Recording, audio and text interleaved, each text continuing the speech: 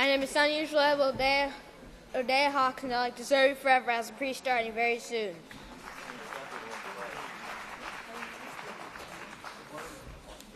It's now time to start finding your seats for Sabbath services. Shabbat Shalom, everyone. My name is son of Yisrael Benyamin Hawkins, and I'd like to serve you forever as a priest starting very soon.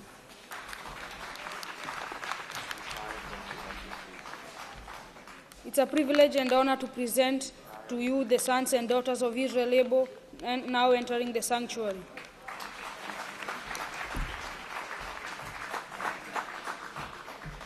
I now present one of the sons of Yisrael, Yeshaya Hawkins.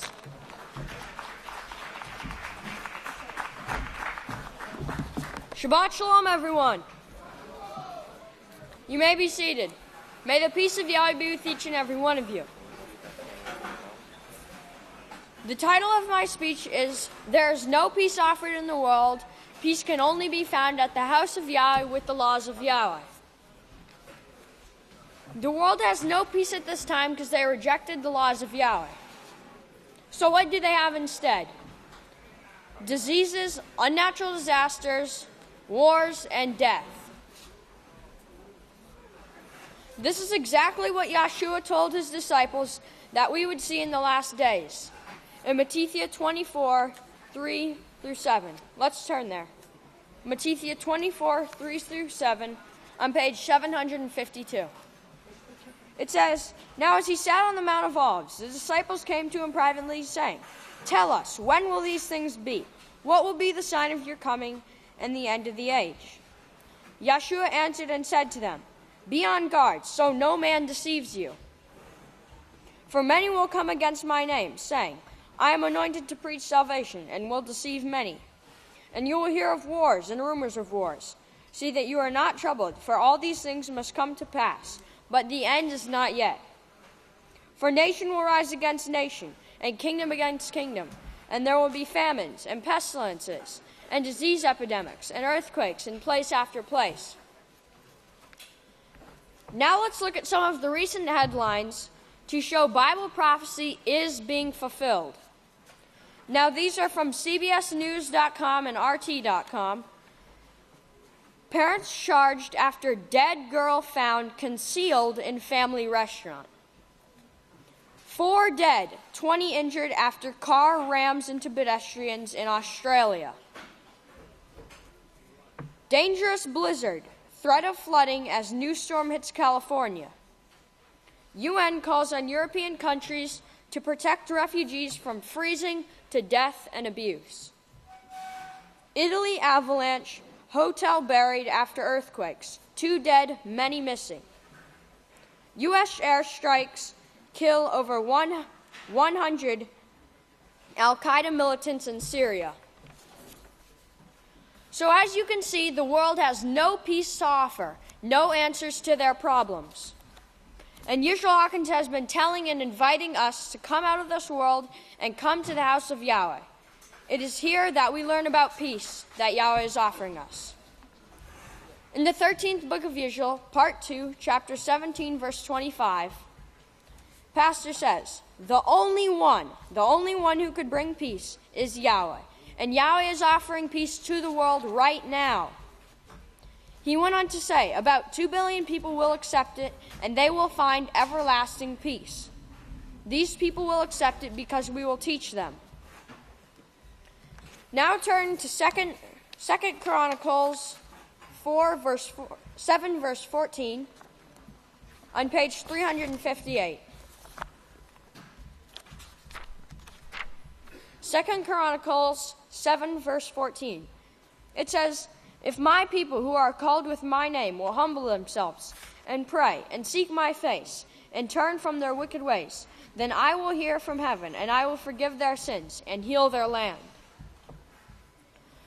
So here are 2 options when we come to the house of Yahweh. 1, if we come to the house of Yahweh and hold on to our sins, those sins will keep us from growing and finding our true peace. Or if we repent of our sins and become converted by practicing the righteous by practicing righteousness, as 1 Kohan 3:7-8 tells us, then we will find true peace offered only at the house of Yahweh. Now, in the 13th book of Yisrayl, part 2, chapter 8, verse 11, Pastor said, "But when you come here and you don't repent and you bring your sins with you, then those sins will eventually keep growing and overweighing your thoughts of ever wanting to find true peace again. But the true peace is offered here at Yahweh's house. True joy is offered here at his house. It's the only place on earth you can find it." Turn with me to Psalms 119, verse 165, on page 486. It says, "Great peace have they who love your law, and nothing will offend them, cause to fall because of unbelief or sin." And this is a scripture we should all keep in our mind every single day.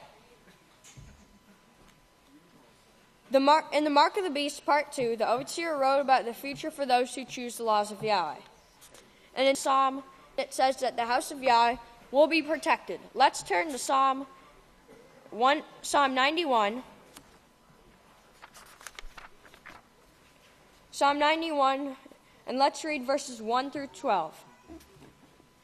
"He who dwells in the secret place of the Most High will abide under the shadow of the Almighty. We say to Yahweh for our refuge and our fortress, you are our Father, in you we will trust. Surely he will deliver you from the snare and the fowler, and from the noisome deadly pestilence. He will cover you with his feathers, under his wings will you trust. His truth will be your shield and buckler. You will not be afraid of the terror of night, nor by the arrow that flies by day, nor the pestilence that walks in darkness, nor of the destruction that wastes at noonday. 1,000 will fall at your side, 10,000 at your right hand, but it will not come near you. Only with your eyes you will look and you will see the reward of the wicked. Because you have made Yahweh your refuge, because you have made the Most High your house, the house of Yahweh. No evil will befall you, nor will any plague come near your dwelling." In the Mark of the Beast, part 2, chapter 17, it says, "Very soon now the government of Yahweh will be set up.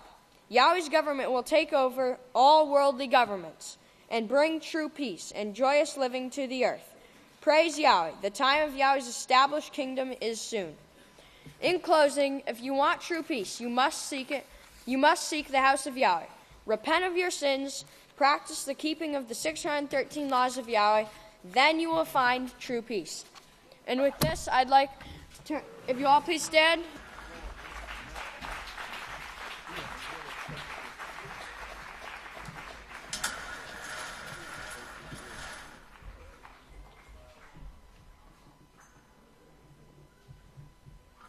Son of Yisrayl, Deacon Melchizedek Hawkins.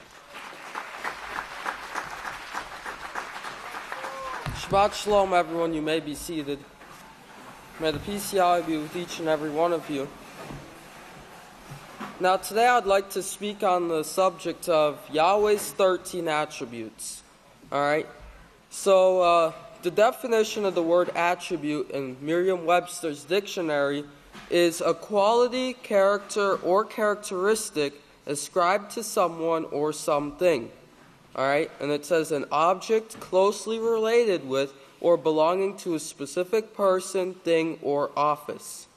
All right? So if everyone will turn over to the book of Exodus. Exodus 34. And starting off here on page 73, verse 5, it says, "Then Yahweh descended in a cloud and stood with his name there and proclaimed in the name of Yahweh.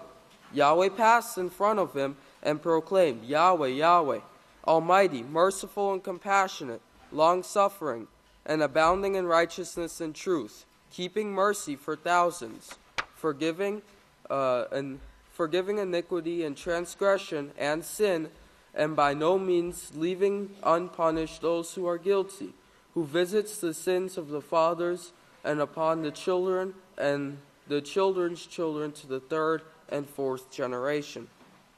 So in this scripture, you see the 13 attributes of Father Yahweh, which is almighty, merciful, and compassionate, long-suffering, abounding, possessing righteousness and truth, keeping mercy, forgiving, judges sin, heavenly Father, making a covenant with his own, doing marvels, awesome, and zealous.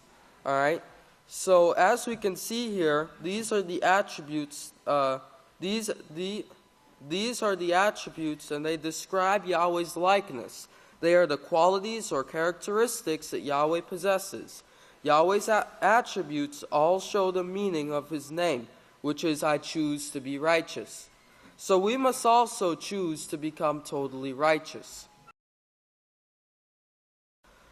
just like Yahweh does.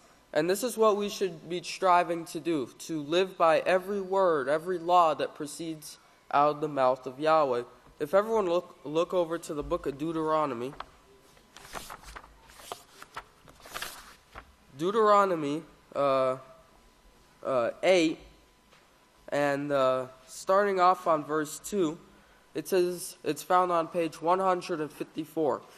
And it says, "You must remember that Yahweh your Father led you all the way these 40 years in the wilderness in order to humble you, test and prove you, and know what was in your heart. All right, to see whether you would keep his laws or whether you would not. So we humbled you and allowed you to hunger and fed you with manna, which you did not know of, nor did your fathers know of it, so that he might make you know that man does not live by bread alone, but by every word that proceeds out of the mouth of Yahweh does man live." All right, so in the 11th book of Yisrayl, part 2, chapter 24 and verse 9, it says, "But there are some of these people now that actually study the scriptures." So they've been looking for this. If you notice the commentators, they say, it's rather hard to distinguish this person. This scripture is talking about. Now they call him Yisrayl. But who is he? Is that Yeshua? Is that the Savior? Is that Moses? No, Moses was never called Yisrayl. Maybe it was King Cyrus. No. That brute? No, it wasn't him. It was somebody who would be like Yeshua. Yeshua had the 13 attributes of Yahweh. He wasn't willing that any should perish. He was a merciful person whose heart was set on being a servant to his people and still is today. All right? So today I'd like to focus a little bit on the attribute of merciful and compassionate. So what exactly is compassionate? Is it to go down the road and give a person on the side of the road $1? Or to give out free meals at Salvation Army once a year or something? Remember, Yeshua had compassion because he had the 13 attributes. So let's see what he did. All right, if we could look over to the book of Matthew. Matthew chapter 9. And let's start off on verse 32. It's found on page 736. Matthew 9, and start off on verse 32. It says, "And they went out, behold, a man, mute and demon-possessed, was brought to him. And when the demons were cast out, the mute man spoke. And the multitudes marveled, saying, Nothing like this was ever seen in Israel. But the Pharisees said, He cast out demons through the prince of demons. So Yeshua went about all the cities and the villages, teaching in their synagogues, preaching the message of the kingdom, and healing every sickness and every disease among the people." And verse 36, it says, "And when he saw the multitudes, he was moved with compassion for them, for they were distressed and helpless, like sheep without a shepherd." So you can see here how he taught these people the laws of Yahweh, and he also healed the sick and cast out the demons and so on. All right? And he had compassion for them. Remember, Yeshua was always helping people, and if you remember, sometimes it would say about how he would have to find time to go and pray because he was always trying to help people. All right? In the Building Moral Excellence book on page 20, it says that the definition of being compassionate is to care about the needs of others. All right? And in the responsibility unit on page 33, it starts off at the top and it says, compassion is the art of caring. It says another way you can make responsibility part of your character is to have compassion. Compassion is to care for others and to have a desire to relieve their suffering. All right? And a little ways down, it says, think about how you would want to be treated if you were in a similar situation. It says, a note of caution. Having compassion for others does not mean putting yourself in danger to assist every stranger that you meet. All right? The truth is, people can be cruel and do take advantage of others. So always consider your safety first. Then keep your eyes open for opportunities where you can safely assist someone else. For example, returning lost items to their owners or to the lost and found department is not only honest but is also compassionate. It says another way you can show compassion is by never intentionally causing harm to someone else. All right, skipping down a little bit, it says you could also show compassion by being careful about how you speak to others. For example, you should never tease or make fun of others, rather than you use your words to bring someone down. All right, you could say something kind. You could also take the time to encourage and motivate others if they are unsure of the right choice to make. It says, remember, having compassion is a form of interaction, and all interactions begin with a thought. All right, so in conclusion, I'd like to say we should all care for others and have compassion for others, and have the 13 attributes of Father Yahweh. And with this, if everyone will please stand, I'd like to turn it over to Deacon Benyamin Kaziyaka. Shabbat Shalom, saints of Yahweh. You may be seated. I kindly got pushed into this speech today. Israel was just let me know right about yesterday afternoon that I was going to be speaking. What I'll be speaking on is Yahweh's sweet protection. Now, we all know that the honeybees are dying in mass quantities. 30% of the managed hives are dying. Around September of 2016, there were some articles that came out, and it was from Huffington Post. I'm only going to read you the titles. Huffington Post, FDA finds glyphosate in U.S. honey supplies. Again, glyphosate's a poison. It's a carcinogen. It'll give you cancer. It's made for killing plants. The only plants that can really resist it are the ones that are genetically modified. From EcoWatch.com, mainstream media admits FDA finds glyphosates in U.S. honey supplies. Now, where's it all coming from? The other article I have is naturalsociety.com, and the headline is, oh no, U.S. finds glyphosates in U.S. honey supplies, including the organic. You see, Yahweh, through Israel Hawkins, has kindly guided me and pushed me into this beekeeping operation. We have one of the largest organic beekeeping operations in the state of Texas, and it keeps growing. We're adding probably maybe 60 to 100 colonies a year. Now, Israel Hawkins has been guiding me and pushing me into doing these things in research, and I was going through some research for him, and it didn't have anything to do with what I came up with, but I came across this one scholarly article from Dr. Stefan in Romania. And he lists a family of trees called acacia as a medicinal honey plant. Now, the best way I can explain this to you is by using the house of Yahweh as an example. We all have different names.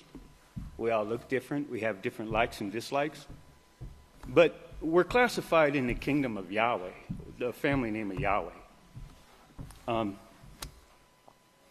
That means that we bring forth the characteristics and the attributes that are associated with the name Yahweh. Now, the mesquite tree is part of this acacia family. It ranges from the Yucatan Peninsula all the way up to the Red River. Again, the mesquite tree is part of the family of acacia, so it's going to have the same characteristics. It's going to have the same attributes as that family, or the family name. Remember, Yisrayl Hawkins told us if you take a tablespoon of honey every night before bed, your liver was going to latch onto it and heal itself. Well, he knew what he was talking about. Yeah. Now, from honeybees.com, it says that the acacia honey has therapeutic properties. It helps cleanse the liver. This is acacia honey. Our main flow here in the big country, our main flow is the mesquite tree. That's where we get all our honey from. We don't have any genetically modified crops in the area at all. We did at one time. If y'all remember years ago, the crop duster that used to fly over all the time. Well, there was a cotton patch down at the end of the road. And while that cotton patch was there, we were having all kinds of problems with the bees. They were dying, they were getting diseases, picking up parasites. But Yahweh took that cotton patch away, and when he did, our bees became more productive and more healthier. We didn't have the problems with the mites. We didn't have any problems with brood diseases. It all went away, and everything's been growing ever since. And to be honest with you, I didn't come up with any of this myself. I've been pushed. Just like I was pushed into this speech Yisrayl Hawkins is having me do. I don't mind. I think my family is more nervous about it than I am. Now, in the acacia honey, let's go over this real quick. It's known for its therapeutic properties. It cleanses the liver and it regulates bowel transit time. It is a perfect anti-inflammatory for the respiratory system. This is our mesquite honey that we're getting. Now, it's also used for curing things like ulcers, insomnia, having trouble sleeping at night. I think he said something about that.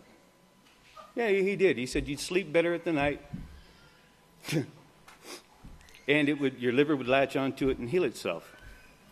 Neurosis, and it improves heart and liver functions. Acacia honey has over 435 substances in it. Those are more like the building blocks or the ingredients. What a lot of the research that I've come across has shown us is they don't talk too much about the enzymes or the microorganisms that are in it. They name a few, but they haven't really researched it all out. And the enzymes in honey keep it fresh and keep it alive and healthy. It's a living food. And those enzymes, along with these substances, when it gets into your body, these enzymes go to work to healing your body. Again, some of the substances that are in acacia honey, it contains lots of vitamins, especially B1, B2, B6, and B12. It has phytohormones, those are plant hormones, aromatic compounds, and flavonoids. It has dextrin and various nitrogen compounds. In fact, our honey here is low in sucrose and high in fructose, which is a perfect choice for diabetics. Now, sometimes we just need to swallow our pride and admit, probably if it's a little hard to get down, maybe a big gulp of honey before you go to bed. But we need to swallow our pride and admit that Yisrayl Hawkins is right. He always is. I mean, I've been here, 16 years, 20 years? And he's always been right. And science actually shows it. From Honeypedia, it's another article. I didn't use a scholarly article because it had these great big long Latin words that I don't know how to pronounce. But acacia honey is readily absorbed into the body. It has a low glycemic index and it doesn't burden the pancreas. Now, we got to remember that acacia is a family name. It's a kingdom name. Mesquite, or the honey mesquite that we have locally, and we got hundreds of acres of it. That's just a member of the family, but it brings forth the characteristics and the attributes of the acacia name or the acacian kingdom. Acacia honey is rich in a complex of vitamins and microelements. It's full of antioxidants and phytonutrients. These phytonutrients have anti-tumor and anti-cancer properties. It has antibacterial compounds, biogenic stimulators, and organic acids and minerals. But I want to get back to what Pastor had told us and what he pushed me into finding. That tablespoon of honey at night before you go to bed, your liver's going to latch onto it, and it's going to heal itself.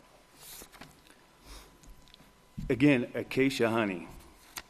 When consumed regularly, acacia honey leads to blood pressure normalization. Now, this is mesquite honey. All right? The mesquite tree is a member of the acacia family. It increases hemoglobin, normalizes your white blood cell count, and it normalizes your blood serum, or the cholesterol in your blood. It stimulates brain activity and helps keep your mind on track and facilitates faster recovery. Here's the important thing. Yisrayl Hawkins right. He always is. Acacia honey also purifies the liver. Not only that, it purifies the liver and the colon of parasites. I wouldn't have really thought about being a beekeeper, to be honest. And we are actually state registered beekeepers now. We're recognized by the state of Texas. And it's all through the guidance of our leader, the branch that Yahweh has gave us, the voice of Yahweh. And if there's anything I could say to help everybody out is this protection of Yahweh is Yisrayl Hawkins. And y'all please stand. It's my honor and privilege to present to you our next speaker, Kohan Benyamin Krause. Shabbat Shalom, great saints of Yahweh. May the peace of Yahweh be with each and every one of you. You may be seated. I'm going to have to go at the speed of light. Anybody know how fast that is? Well, you'll find out if you don't, because you'll see me perform it. Okay, so before I get into, I want to just remind you of the last time that I spoke. I mentioned we were talking about the Oslo Agreement, and we were talking about Security Council Resolution 2334. Y'all see that? 2334, and it was at the 8053rd meeting, and you remember 7853 meant Satan, and 2334, Resolution 2334, condemning Israel for the settlements in the UN on December 23rd, just in time for Christmas. They had a conference this past week in Paris last Sunday on 1/15/2017, and I thought I brought the name of that with me. fact, I did. Let me show you. I want to show you the name of the conference because it was very important. And some of you may have caught it, I hope.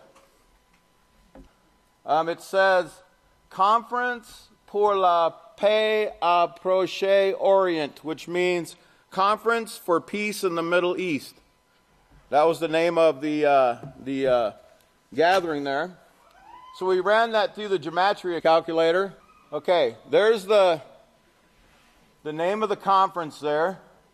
And if you'll notice, the numbers are the exact same numbers of the resolution, 2334. So you think there might be something to this? Well, you bet. And the only way we'll figure this out is through somebody that's going to show and tell us.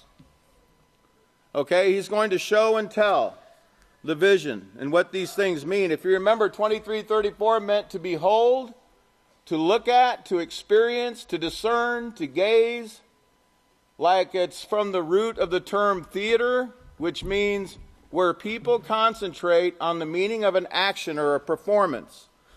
Kind of like a television, you know, they watch these TV shows and they watch these performances. And here's the French translation.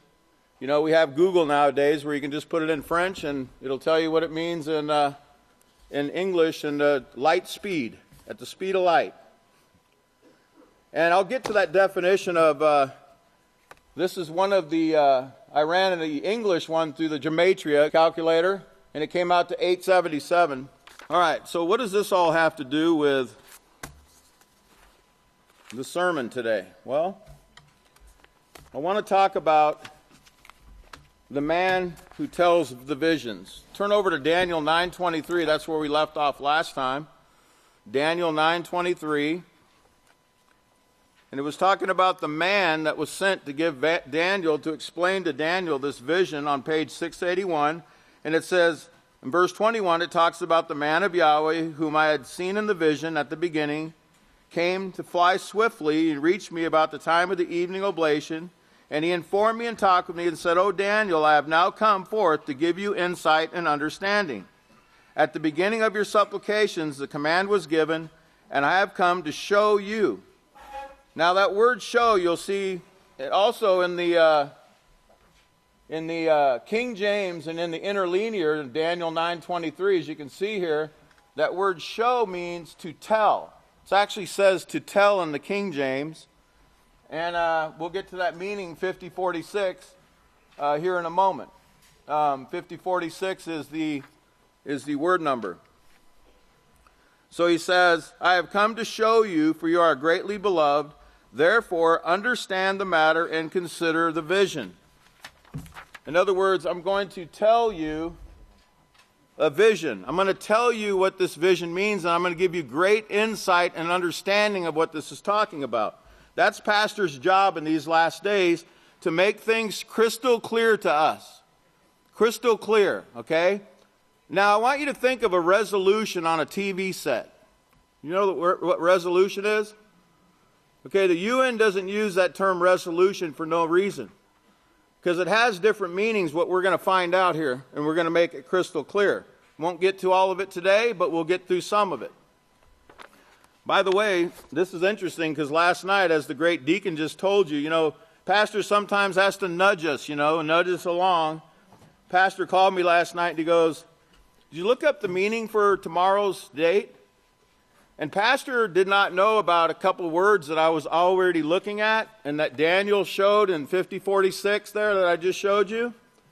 Today is the 21st day of the 17th year.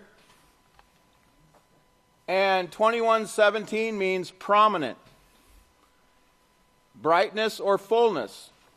Keep that word prominent in your mind.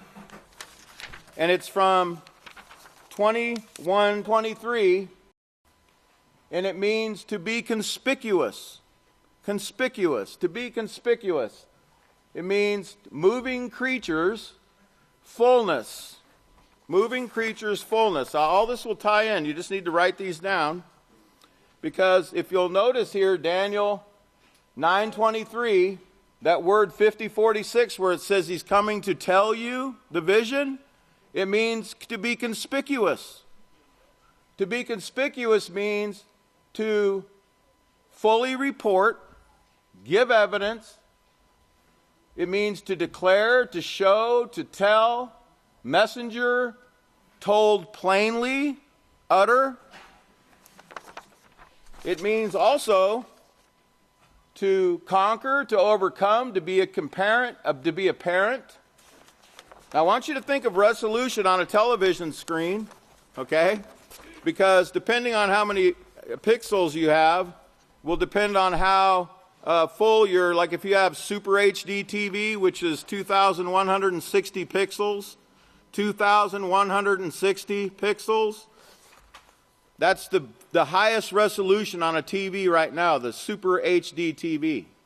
Okay, so those numbers that you were given last year with 216, don't forget them because they're all going to tie into this. It also means to certify, declare, to expound fully, messenger, to expose, to predict, to explain, to report, to speak, to tell, to utter. Now, Pastor got up here last week and he told you about the television, T-E-L-L-A and then vision, and how it came out to 828 in gematria. I'm going to be careful to start using these words properly. You know, I'm learning from the Okie dictionary. Okay, he gets up here every week and explains these words and how they're pronounced. Now, 828 means I will make prominent the sprinkled. I will make prominent the sprinkled. And we're going to look at what that word prominent means. The sprinkled. I will make prominent the sprinkled. That's 828 in the Hebrew. Now, if you'll notice this word conspicuous, it means standing out so as to be clearly visible. It means clear, visible, discernible, prominent, crystal clear. As plain as the nose on Israel Hawkins' face. As plain as the glasses on Israel Hawkins' face. Remember, those things stand out. Remember, in all the messages that are sent from heaven, you'll always see those glasses. They're very prominent, okay, on Israel Hawkins' face. And I'm not getting down on his nose. Look at mine, okay, so I have nothing to speak of. It's called the Hawkins nose, okay? We keep it out of everyone else's business, and we keep it in the book of Yahweh, right? And in these words and definitions and numbers, okay? Now, I want you to think of this. Now, you all know who NASA is, right? And you know how 7613 meant to lift up, to elevate, to carry away. You know, like lift off. Houston, we have lift off. Every time you'll see any word that has to do with NASA in Hebrew, in the Hebrew dictionary, means to be high or conspicuous. To be high or conspicuous. And it also means to be prominent. Prominent, prominent. Now, I want you to think of NASA for a minute. Because, well, before we get to that, let me show you the F828 in the Greek. The Greek 828 means, it's the word August or Augustus, and it means venerable. Venerable. Well, what does venerable mean? Venerable means, this is from dictionary.com, accorded a great deal of respect, especially because of age, wisdom, or character. Age, wisdom, or character. Well, Augustus Caesar, he must have been respected for his age because his character and his wisdom was not of Yahweh. But this man, Israel Hawkins, who was born in the month of August on 828, he is known, okay, for his wisdom that Yahweh has blessed him with, his great wisdom and his great character. His moral character is up on display for all to see. Y'all remember this picture that NASA took? You remember the Horsehead Nebula?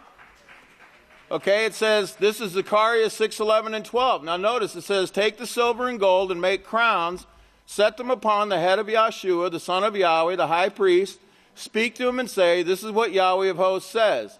Behold, notice that word behold, the man whose name is the branch. Notice branch.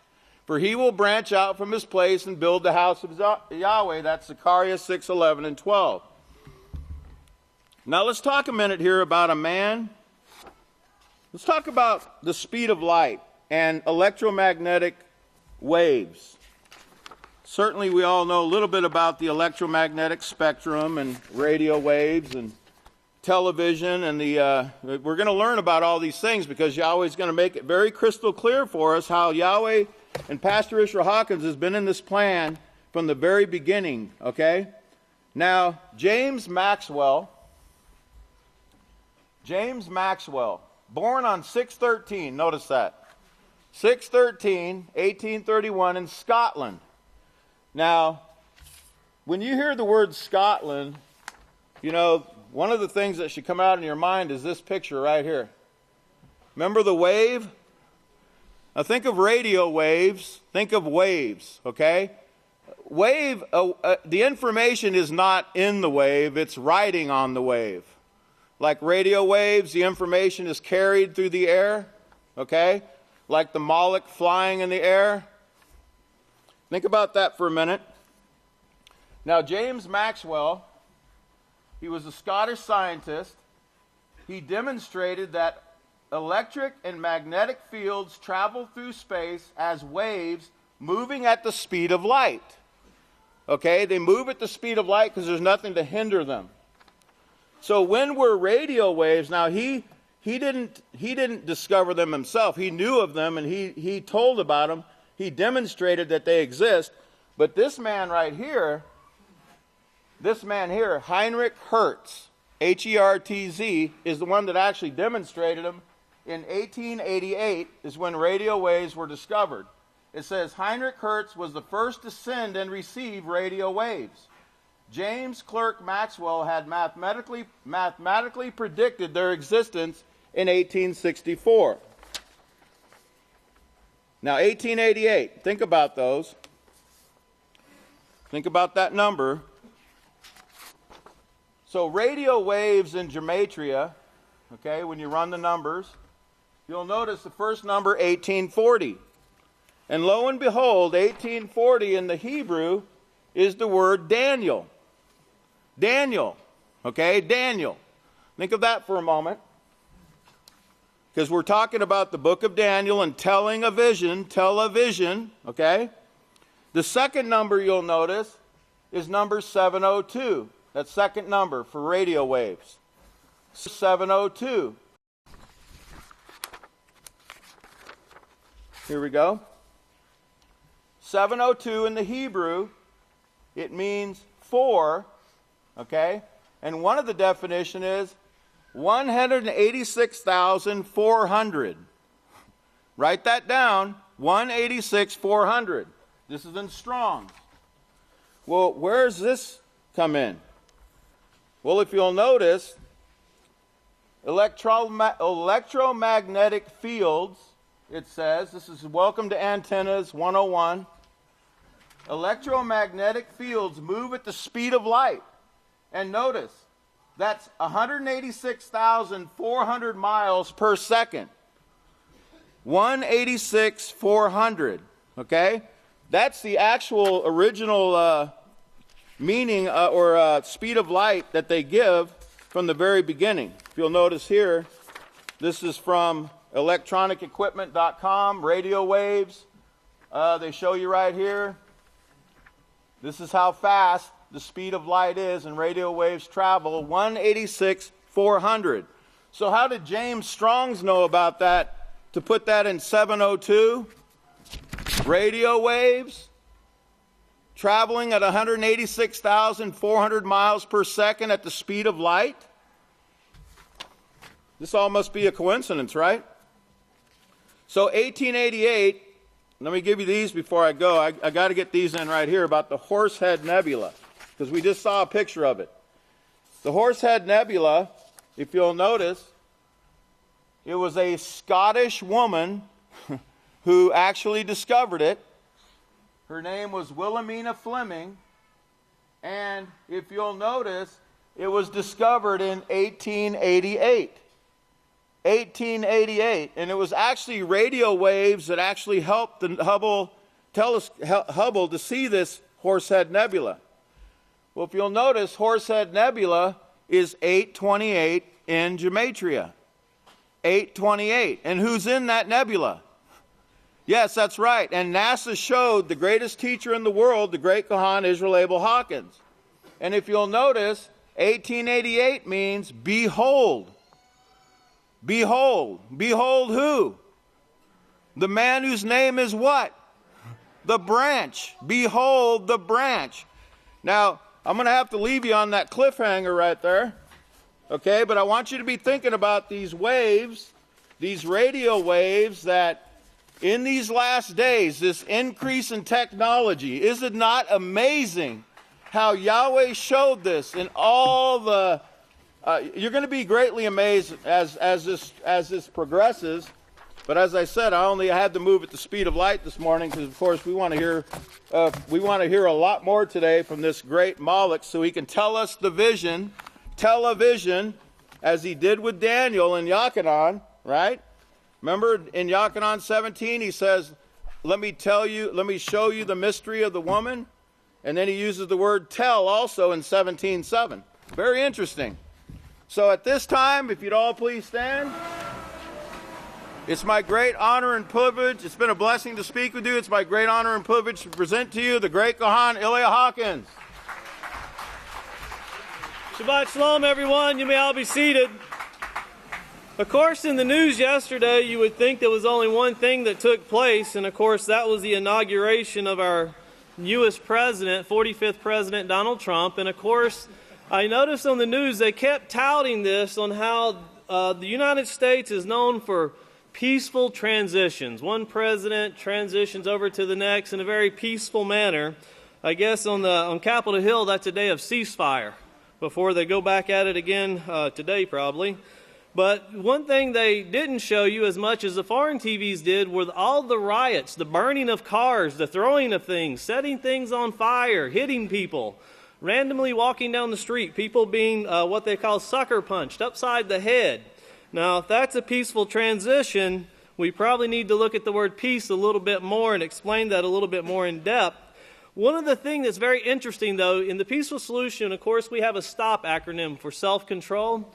Notice in the writing, they have posters, billboards they're carrying around, and one side says stop. And you would think something would feed in their mind, stop.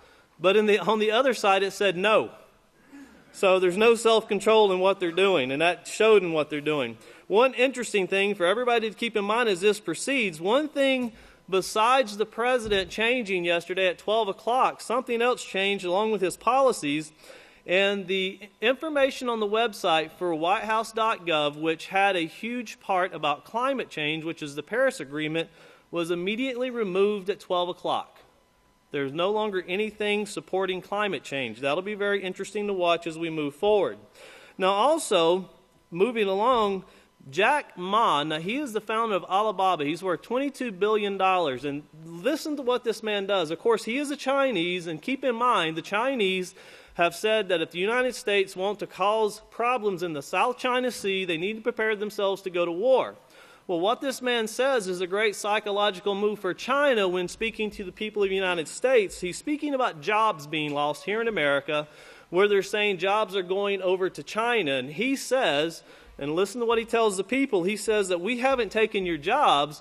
What occurred is your government didn't invest in you, they didn't invest in your infrastructure, and they spent all their money on war. So they didn't invest it properly, and he's immediately putting in the minds of the American people, rightfully so, that it's your government that's done this to you, we're just here to help you out. And of course, that's part of warfare. Remember, psychological is part of it. And then this is something to keep in mind. There's going to be some history. It's a small clip that RT put out about Christopher Columbus. Now, the important thing about this is pay attention to what Christopher Columbus, of course, he was a Catholic. Watch what he did when he came.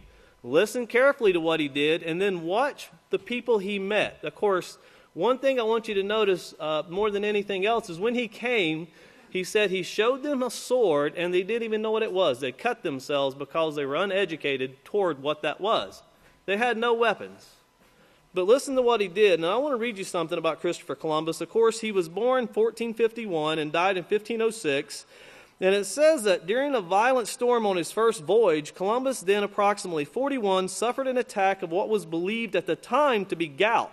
In subsequent years, he was plagued with what was thought to be influenza and other fevers, bleeding from the eyes, and prolonged attacks of gout. The suspected attacks increased in duration and severity, sometimes leaving Columbus bedridden for months at a time, and culminated in his death 14 years later. Now, based on Columbus's lifestyle and the described symptoms, modern doctors suspect that he suffered from Reiter's syndrome rather than gout. Reiter's syndrome is a common presentation of reactive arthritis, a joint inflammation caused by intestinal bacteria infections after acquiring certain sexually transmitted diseases such as chlamydia or gonorrhea.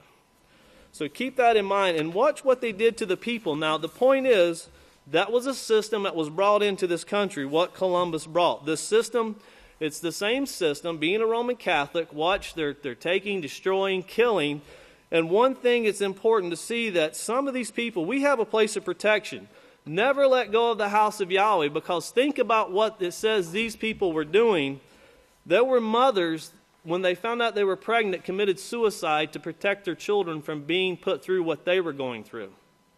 There were mass suicides taking place in what is now known as Haiti and the Dominican Republic. Think about how blessed we are that we are not suffering those things and that we have the ability to have this protection only offered through the laws of Yahweh. Praise Yahweh. Now, moving on also, of course, the United States, again this last week, was bombing Libya. And it's important to remember, hurt not the oil and the wine. Hurt not our way of living, and hurt not this oil that we make so much money off of.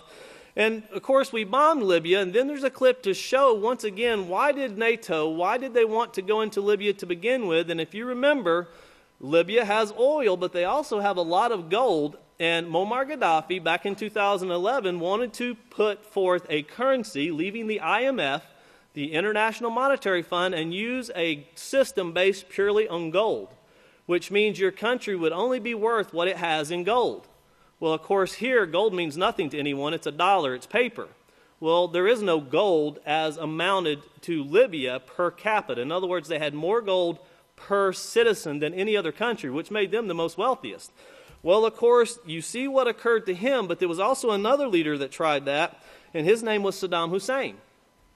And you remember what occurred to him. Well, watch this. Remember the system that's coming through, because this very same system is also the system that, if you see in Yemen right now, as we show, Yemen is considered the worst starvation in the world right now for its people. They're actually eating leaves off of trees because that's all they can find.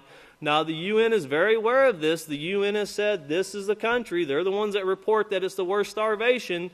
Look at the children as they suffer. They almost don't look human, some of them. They're so they don't eat enough. How about that? And I don't mean to make light of that, because one thing that we always have to remember, when you look at that child that's starving, think of it as being your child. You have to have empathy. The peaceful solution teaches we have to have empathy. That's the only way we'll put an end to the disease, the destruction, and all of this hate that we see going throughout this world today. And then, of course, we move on to the Mideast peace talks that took place in Paris, France this last week. 70 countries joined together. Now, remember, don't forget, Mahmoud Abbas, last Sabbath, he met with Pope Francis, and the last thing Abbas said was he hoped that other countries would confirm a Palestine state just as the Vatican did, showing that they want more support for the Vatican.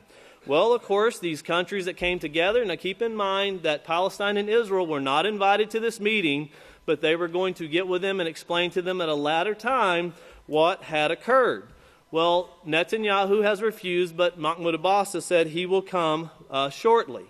Well, these 70 countries come into an agreement, and they say that the two-state solution, remember, that's the peace treaty, that's the Oslo Accord that Daniyl spoke of, that was signed September 13th of 1993 and went into effect October 13th of 1993, They say that that is the only way to bring peace. There's no other way to bring peace. That is the only way. Now, of course, it's not going to bring peace, but it's fulfilling what our overseer has been bringing for years with this 7-year agreement.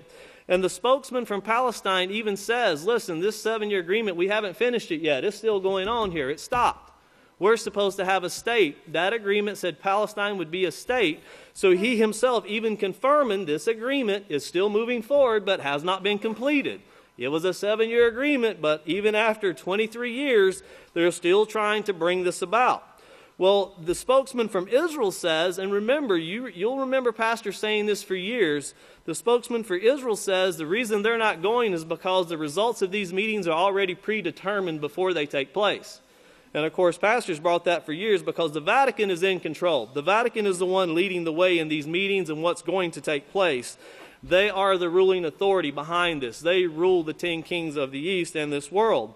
And then President Obama, in his last speech, he warns the president-elect, now President Donald Trump, about this volatile situation in the Middle East. And he says, be careful how you approach it, because if you're not careful, it's going to explode. And we know it is going to explode in and around the great river Euphrates, and we're going to see a nuclear war take place. If we could please go ahead and play the news.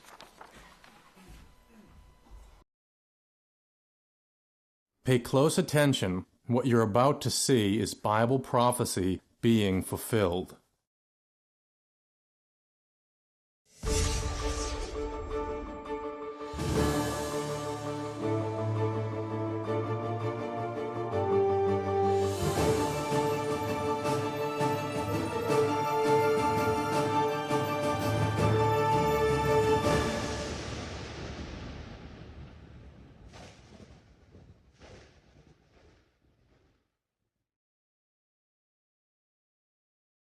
Welcome to another edition of YPN News, bringing you the news that relates to Bible prophecy and foretold by Yisrayl Hawkins. Well, in the news today, we have the truth about Christopher Columbus and his detestable deeds. Also, we'll have some of the latest discussions on the two-state solution for the Palestinians and Israelis, and also black gold, also known as oil. Could this be the reason that the U.S. is in the Middle East? Well, these stories and more, but first, some are cheering, some are protesting. Just hours before President-elect Donald Trump was sworn in as the 45th United States President, thousands of protesters were turning out in Washington, D.C. to protest his presidency. Now, there were many clashes between police and demonstrators who were chanting things like, "No Donald Trump, no KKK, no fascist USA." Now, some were seen setting trash cans on fire, while others pulled up plants along the streets. Several businesses had their windows smashed with bricks and rocks used by the protesters. Oh boy, that's horrible. Well, there were even some attacks against pro-Trump supporters who had been attending the pre-inauguration party. Witnesses reported police were using tear gas and pepper spray on demonstrators who were throwing balloons and other objects filled with water at them.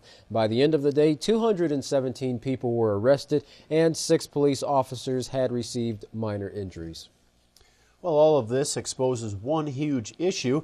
The U.S. is deeply divided over the recent election. Looking back throughout the course of the campaign, we can see just how deeply divided the nation is. If we look at a map, the division becomes clear. Clinton supporters form large groups along Southern California on the West Coast and New York City along the East Coast. Now, ironically, most of the mainstream media is based in these areas. Places like Wall Street, Silicon Valley, Hollywood, all favoring Clinton. Interesting. Well, the media and other political establishments helped to create the division by not backing Trump. From politicians to celebrities, many were calling Donald Trump a fraud. Journalists even laughed at the fact that he could be the Republican Party nominee for 2016. Well, people in neighboring West Virginia also voiced their dislike for Trump, chanting, "Not my president." In Weirton, West Virginia, the concerns for the working class is apparent throughout the country, and people are divided on Trump's promise to make America great again. Now, in order for him to do so, he is going to have to deal with a lot of hatred aimed directly at him. Big pill to swallow. That's right. Well, Jack Ma, the second wealthiest man in China, worth $28.2 billion, according to Forbes, says America's own business and financial moves have hurt Americans, not foreign entities like his Alibaba enterprise. Well, let's look and listen to what he has to say at the World Economic Forum in Davos, which is a town in the Swiss Alps, last week. Past 30 years, the American had 13 wars, spending $14.2 trillion. The money going there. What if they spend a part of that money on building up the infrastructure, helping the white collars and the blue collars? No matter how strategy good it is, you're supposed to spend money on your own people. When I was young, I heard America is bad. Ford and Boeing, those big manufacturing companies. Last 10, 20 years, I heard about is Silicon Valley and Wall Street. The money go to the Wall Street. And what happened? Year 2008. The financial crisis wiped out $19.2 trillion USA alone. They wiped out all the white collars and destroyed 34 million jobs globally. So what if the money is not Wall Street? What if the money spent on the Middle East, Middle West of the United States, developing the industry there? That could be changed a lot. So it's not the other countries steal jobs from you guys. It is your strategy. Okay, but you do not distribute the money and things in a proper way. Kohan, Jack Ma is right that $14.2 trillion spent on war could have been spent a lot better. That's right.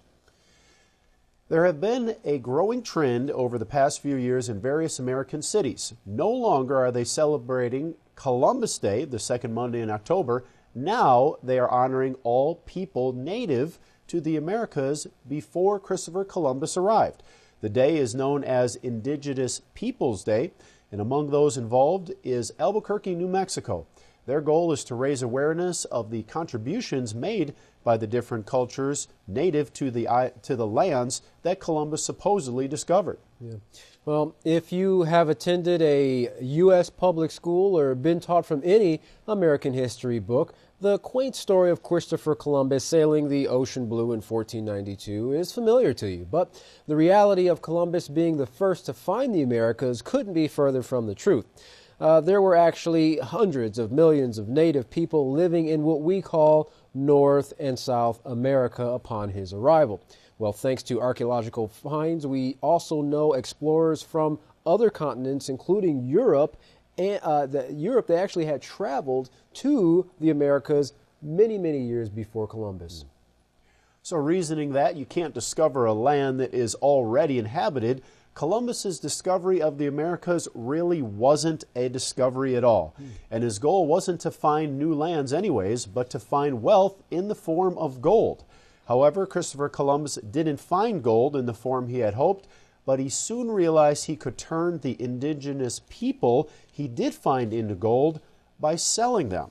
That's right, Kohan. Columbus was a slave trader of the worst kind. Well, you don't really see that in the history books of today's schools. Interesting. Well, the island of Hispaniola, which today we know as the Dominican Republic, and Haiti were Columbus' first discovered the people he would turn into gold, the Taino people.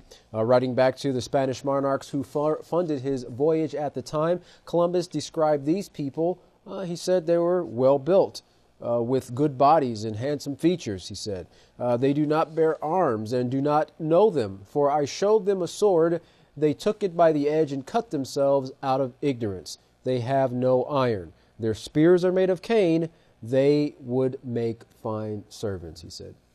Continuing, he wrote, with 50 men we could subjugate them all and make them do whatever we want. Here there are so many of these slaves, although they are living things, they are as good as gold. Well, further writings of Christopher Columbus's own crew members describe the bold explorer as a man who raped, pillaged, enslaved, and slaughtered people for a profit. Now, some have described him as the ISIS of his day, justifying his atrocities in the name of religion. Interesting. Well, Columbus actually began what we know today as the global child sex slave trade, shipping young children to all corners of the globe. In another letter, he bragged about this to a friend, writing, 100 castellanos, which is a Spanish coin, are easily obtained for a woman as for a farm. And it is very general, and there are plenty of dealers who go about looking for girls. Those from 9 to 10 years old are now in demand. Well, aside from abducting men, women, and children from the islands, Columbus permitted his crew and the Spaniards who came to inhabit the island to take as many of the native people as they wanted and could use them however their lustful minds desired. Oftentimes, women and children would be taken from their families, raped, and forced into hard labor. Well, 25 years after Columbus had arrived on Hispaniola, the Spanish missionary Pedro Cordoba explained how the Taino people were desperate for relief from Columbus's tyranny, he wrote. As a result of the suffering and hard labor they endured, the Indians chose to commit suicide. Occasionally, 100 have committed mass suicide. The women, exhausted by labor, have shunned conception and childbirth. Many, when pregnant, have taken something to abort and have aborted. Others, after delivery, have killed their children with their own hands so as not to leave them in such oppressive slavery. Wow. Eventually, Columbus resorted to wiping out the Taino people altogether, living only 55 years, Columbus was, and dying as a result of sexually transmitted diseases. Columbus's brutality was merely the beginning. For several centuries afterwards, many European empires continued to enslave and slaughter the indigenous people of the Americas as they colonized the New World. Knowing the role Columbus played, Jeff, is absurd that anyone would ever honor him with his own holiday that is actually still celebrated to this day. Right. The truth is a whole lot different than the cute story they teach you in school. That's for sure. Well, as horrific as that history is, there are events equally as horrifying still taking place today. We have Larry McGee looking into the heartbreaking crisis in Yemen, as well as the latest on the airstrikes in Libya. Larry, has anything changed in Yemen lately? The deplorable circumstances in Yemen are sadly becoming worse, stemming from the ongoing war in that nation between mercenaries and the country's government. Shocking images pouring in from the crisis defy description as hospitals struggle to deal with millions of malnourished children. Doctors say that number is ever increasing, accompanied by a sharp spike in the country's poverty rate. Citizens of the war-torn nation communicate their despair with tears, expressing their hope that a higher power is somehow aware of their plight and at some point will intervene. World leaders are calling the crisis one of the world's worst famines, with some citizens having to resort to eating leaves in desperation. One of the biggest complaints coming from observers is the role being played by Saudi Arabia, who has backed the Yemeni government in its resistance against mercenaries. There are some who are accusing the oil titan and its coalition partner of war crimes and criticizing both the U.S. and U.K. for failing to suspend arms sales to coalition members. Human Rights Watch representative Christine Berkeley says the biggest cause of civilian casualties from the beginning of the war have been the Saudi-led coalition's airstrikes that have repeatedly hit markets, homes, hospitals, and schools. In the midst of all of this, Ms. Berkeley says that the U.S., who is reported to be the largest arms seller to Saudi Arabia, is in Yemen helping to refuel jets and otherwise assist the Saudis' campaign. The arms deals are said to have totaled $20 billion in sales in 2015, but the outgoing administration of President Obama has pledged to roll back assistance following the coalition's bombing of a funeral in Sana'a, which reportedly killed hundreds. Activists, however, are calling for a complete cessation of sales to the Saudis until civilian attacks are stopped and investigations are conducted concerning those that are reported to have occurred. The occurrence of U.S. airstrikes in Libya against two alleged ISIS training camps are grabbing attention as the true motive for the U.S. and its allies in the nation is being called into question. While the official motive is for humanitarian purposes, analysts say the actual objective is oil. The intervention is believed to have been sparked, in truth, by the intentions of the country's late leader, Muammar Gaddafi, to challenge the petrodollar with a new form of currency. The gold dinar, which the late Libyan head was working to implement, was being touted as being a true sharing of the wealth. Dr. James Thring of the Ministry of Peace and Legal Action Against War says such actions are one of those things that almost have to be planned in secret, because as soon as you say you're going to change over from the dollar to something else, you are going to be targeted. The late leader is said to have organized 2 conferences on the proposal in 1996 and the year 2000, both of which are said to have been well received by many African nations, including many in Africa. Gaddafi is said to have urged African and Islamic nations to unite behind the currency all the way up until the end, and to sell oil and other resources around the world only for gold dinars. That move would have directly undermined the world's current economic status quo and shifted the standard of wealth among nations back to gold as opposed to the U.S. dollar. Founder of the Daily Bell, Anthony Wiley, says that if Gaddafi had an intent to try to reprice his oil or whatever else the country was selling on the global market and accept something else as a currency, or maybe launch a gold dinar currency, any move such as that would certainly not be welcomed by the power elite today who are responsible for controlling the world's central banks.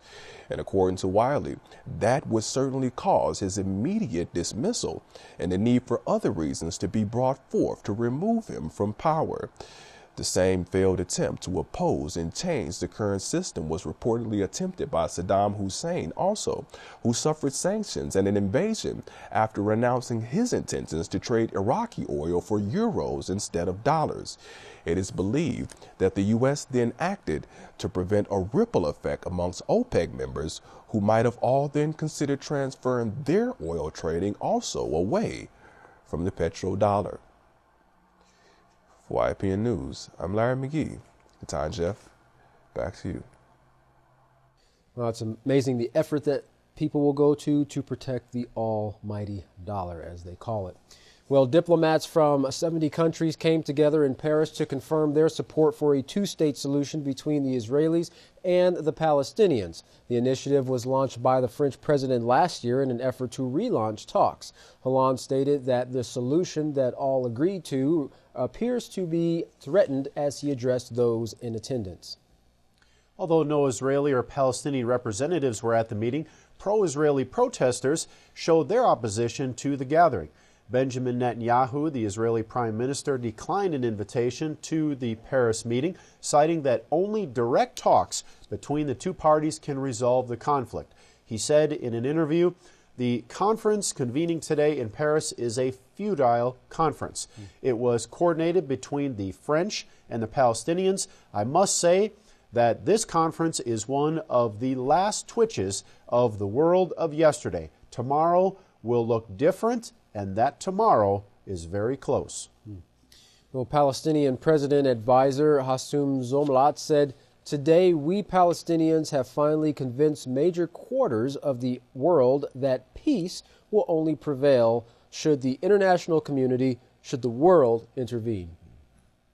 Palestinian President Mahmoud Abbas welcomed the summit, and the French foreign minister said a 2-state solution is the only possible way to ensure peace in the region.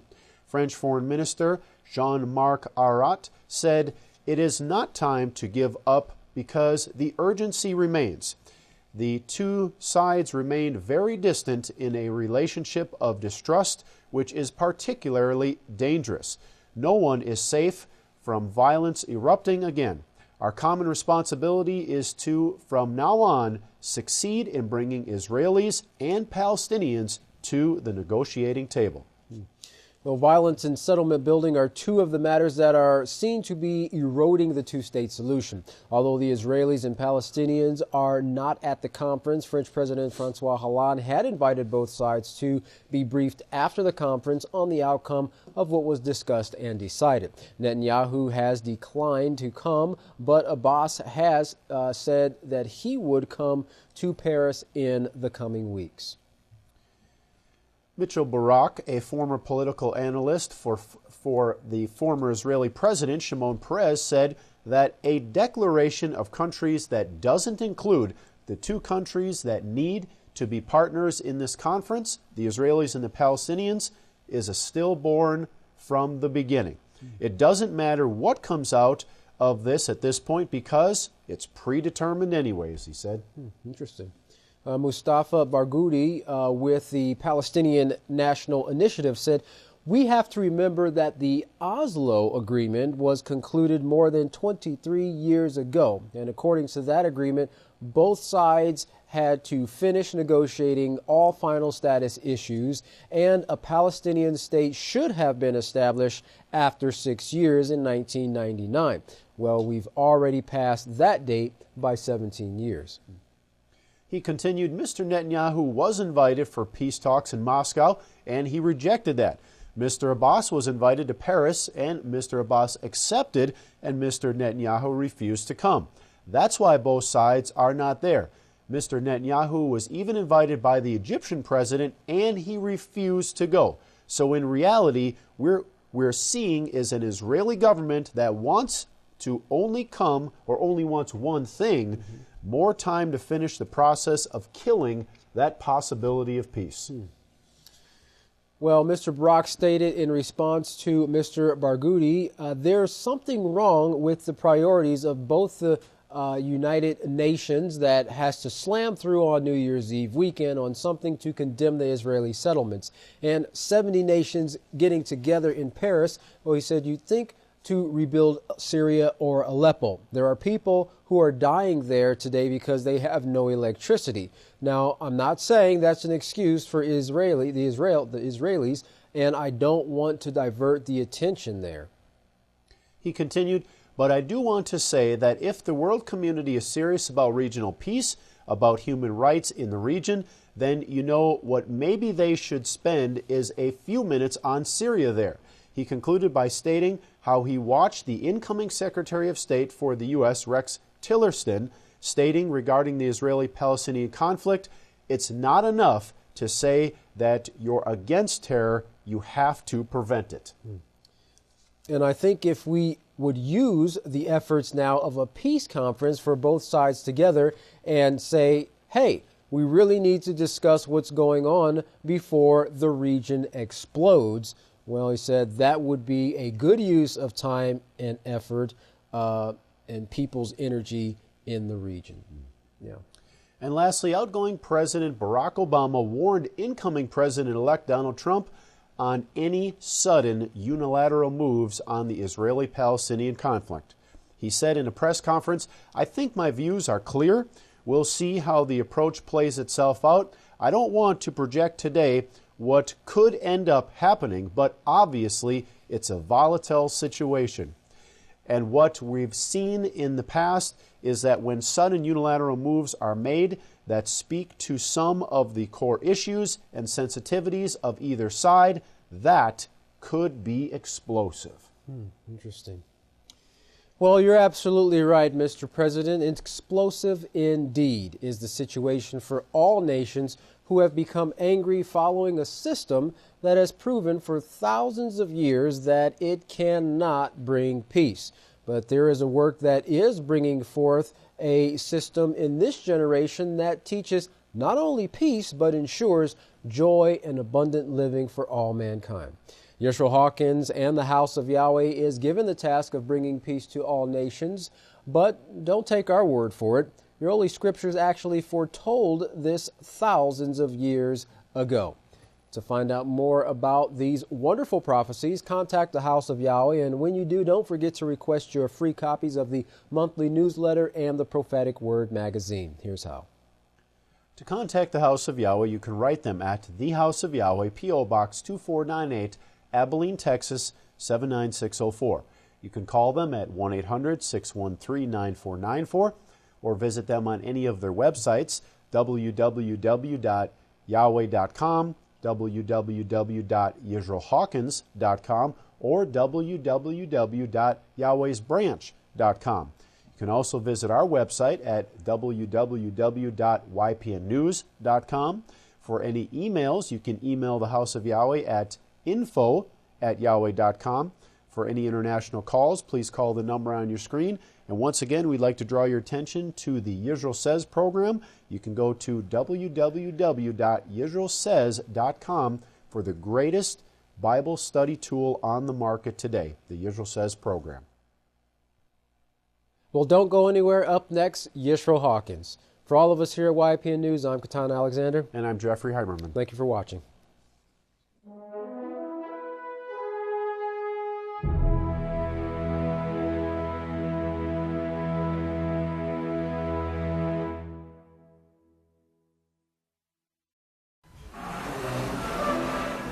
At this time, if everyone will please stand, I would like to introduce the greatest teacher in the world, the Great Kohan Yisrayl Hawkins. Hello, everybody. And we got a crowd here today. Oh, this is great. Praise Yahweh. You hear that, Yahweh? You may be seated. This is wonderful. You're wonderful. Yahweh is so pleased. Oh, this is marvelous. If you will, may the peace of Yahweh be with each and every one of you. If you will remember now all the things we put together thus far, the news, the sermons, the sermonettes. The young boys didn't know it, but they but they contributed to this, what I've got to bring you today, and I've got to bring it whether I go over time or not. I've got to get to a certain point. And this right here, if I could holler at Sister Matthews right now, I'd tell her to bring me an update. But we are having trouble with this radio waves that that you just got through hearing about. But the newsletter this week is Yisrayl Hawkins says most people do not understand what is written in their Bibles and gives main reason in new post. Now, this Rebecca said this morning it came at a perfect time because of the fact we didn't plan it. I just write as I'm inspired to do. But it came to the newspapers at a time when the Bible is being brought back to the light of the people. And the inauguration and the swearing in of the Bible, you saw that with Trump. This is so great, and there's 4 articles on this page at Google. We're the tops, but the others there are all speaking of the Bible. So this is going to, even if they read the others, they're going to want to read ours too. Even if they turn to it and click on it, they're going to get our article right here on the Bible, which will bring a little more truth. But what I was going to say a while ago, if you remember, try to remember what you just saw on the news. Remember all the trouble that we were having during the election. There's never been anything like it. The hatred is unusual. Believe it or not, that's what's shown in the scriptures that I want to bring. The Yahweh now, listen, you got to get this first. Yahweh created the earth to use in making a family. That's what he created it for. A house, a kingdom, from mankind, not from the sons that he already had, but from mankind in his own image, making them in his own image to where they would see his ways and forever guard that way. And as was promised to Adam and Eve, Cain and Abel, guard and keep this way, and you'll live forever. Well, of course, they said, they got tempted by Satan, who Yahweh knew was there, and put it in the garden with them. And, of course, they were driven out of the garden then because they turned to sin and fell short of Yahweh's way. Wasn't that fast? This one was 61,366 about the Bible. That was a couple of hours ago. It's up to 66,180 now, so you can see how fast that thing is climbing. But turn over to Eob.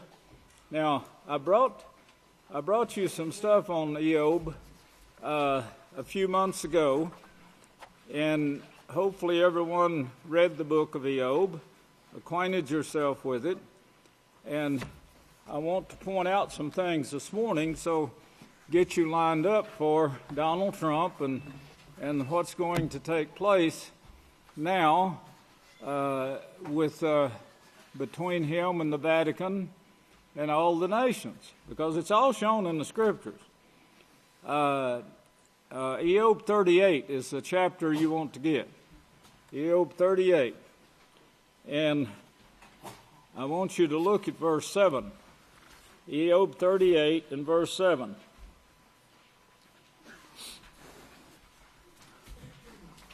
I'd like for everyone to read this.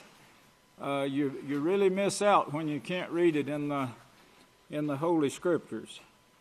He says, when the morning stars sang together, and all the sons of Yahweh shouted for joy. If you go back to verse 1, it says, Yahweh answered Eob because he couldn't understand why he was suffering.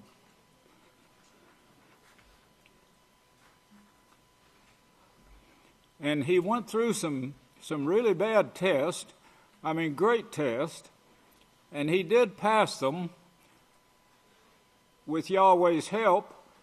But the lesson that we learn from this is what Yahweh wanted, and he wrote it down. When he created the heavens and the earth, and he put mankind, this tree of life that he put in the garden for them was fully explained to them. It had Yahweh's laws, it had Yahweh's feast, his appointments, his Sabbath. Everything that was given to Moshe was given to Adam and Eve.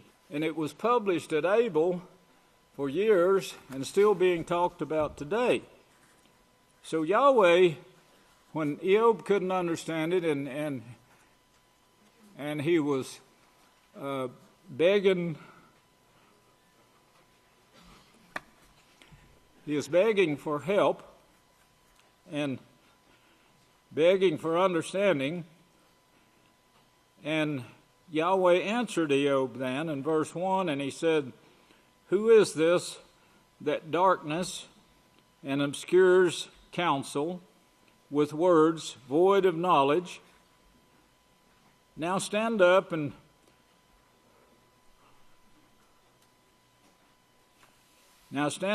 prepare yourself like a man,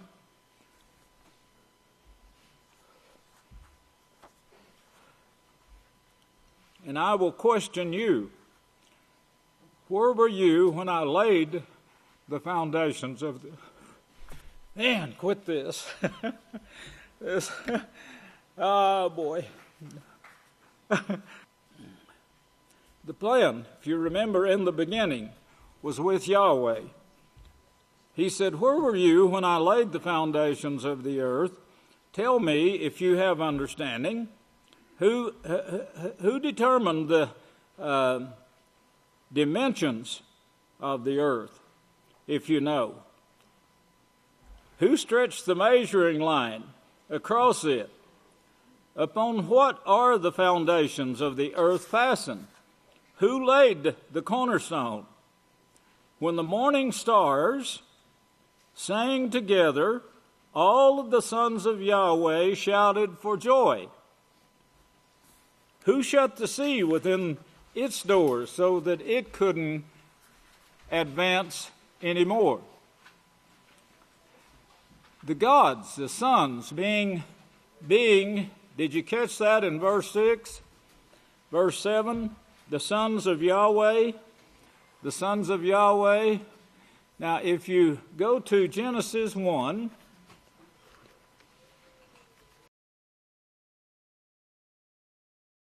Genesis 1, and he shows the creation here. And remember, the sons were there, Satan was there, the mother was there with the sons, and they all shouted for joy, seeing the earth being a residence on the outside of it, where most of the planets were inside, this one outside, and then Yahweh formed a firmament on the outside where people could live on the outside of it and look up and see the stars and the sun and the moon and so forth. And they all shouted for joy, sang for joy. In the beginning, Yahweh created the heavens and the earth. Now the earth became without form and empty, and darkness was upon the face of the deep. See, it became that way. He didn't create it that way, but it became that way. Darkness was on the face of the deep, and the Spirit of Yahweh was hovering over the face of the waters.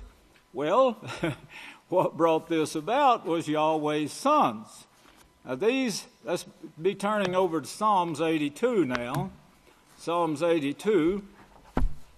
And these sons of Yahweh who left the house of Yahweh, and that's what the scripture says, they left his house. Psalms 82. You got it? Psalms 82. Let's start here with verse 1. Yahweh stands in the assembly of the gods. Remember Genesis 3, verse 5, evil like the gods. And Yahweh, sons, who are gods, as we will see, Yahweh counsels these sons. They don't take it seriously, so they leave the garden. And then they're driven out from the whole house. And their lives are wasted. Yahweh stands in the assembly of the gods. He gives judgment among the gods. Yahweh says, how long will you defend the unjust and show partiality to the sinners?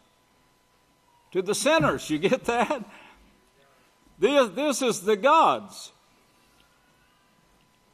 You should defend the weak and fatherless. You should maintain the rights of the poor and oppressed. So this means they were having this among the planets. And of course, when Yahweh created the earth, they left the house of Yahweh and went to play. You should rescue the poor and needy, deliver them from the hands of the wicked. You know nothing. You understand nothing. You walk about in darkness. Yes, that's what the earth came to, remember? Yahweh created the heaven and the earth, and it quickly came to be void, and darkness and wickedness filled the earth. And if you read the footnotes in the book of Yahweh, you'll see this explained. Walk about in darkness, and all the foundations of the earth. You see this? He's telling you what his sons did. All the foundations of the earth are shaken because of you. They first shouted for joy with Yahweh when they saw what a magnificent job he did in creating the earth, the firmament, the stars, the moon, everything. They saw what a wonderful thing this was, and they all rejoiced together, including Satan. And then they destroyed the earth. He allowed it, but he didn't send them there to do that. They left the house to go and do this. I have said to you, you are gods, you sons of Yahweh. Now that should be plain. These are the sons that rejoiced with him in the creation of the earth, as you just read in Eob, and of course Genesis 1 and 2. And like Adam, you will die, just like all the other rulers. Remember, Yahweh is not a ruler. Yahweh is a guide, a teacher with loving kindness and mercy, and shows the right way to go. Now, his sons didn't take that right way, of course, and they destroyed the earth, brought it to nothing. But the sin that was on the earth, going on the earth, Yahweh watched, and then Yahweh said, I'll make man in my image. But notice all rulers are going to fall. That's when Yahweh arises and takes over. Now remember in verse 6 there. Remember in verse 6, and let's go over to Yada. Go over to Yada. That's a book just before Revelations. Yada 1. Remember now these sons of Yahweh who rejoiced in making the earth. Then they left the house of Yahweh. They brought sin to the earth, created a hellhole, and then Yahweh straightened it all up again and said, I'll make mankind in my image, after my likeness.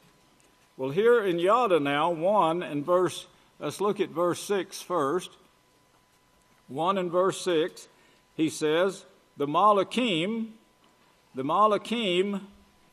who should be messengers who did not keep their first estate, they were assigned to that. They left the house of Yahweh. That could be translated that way. They left the house of Yahweh.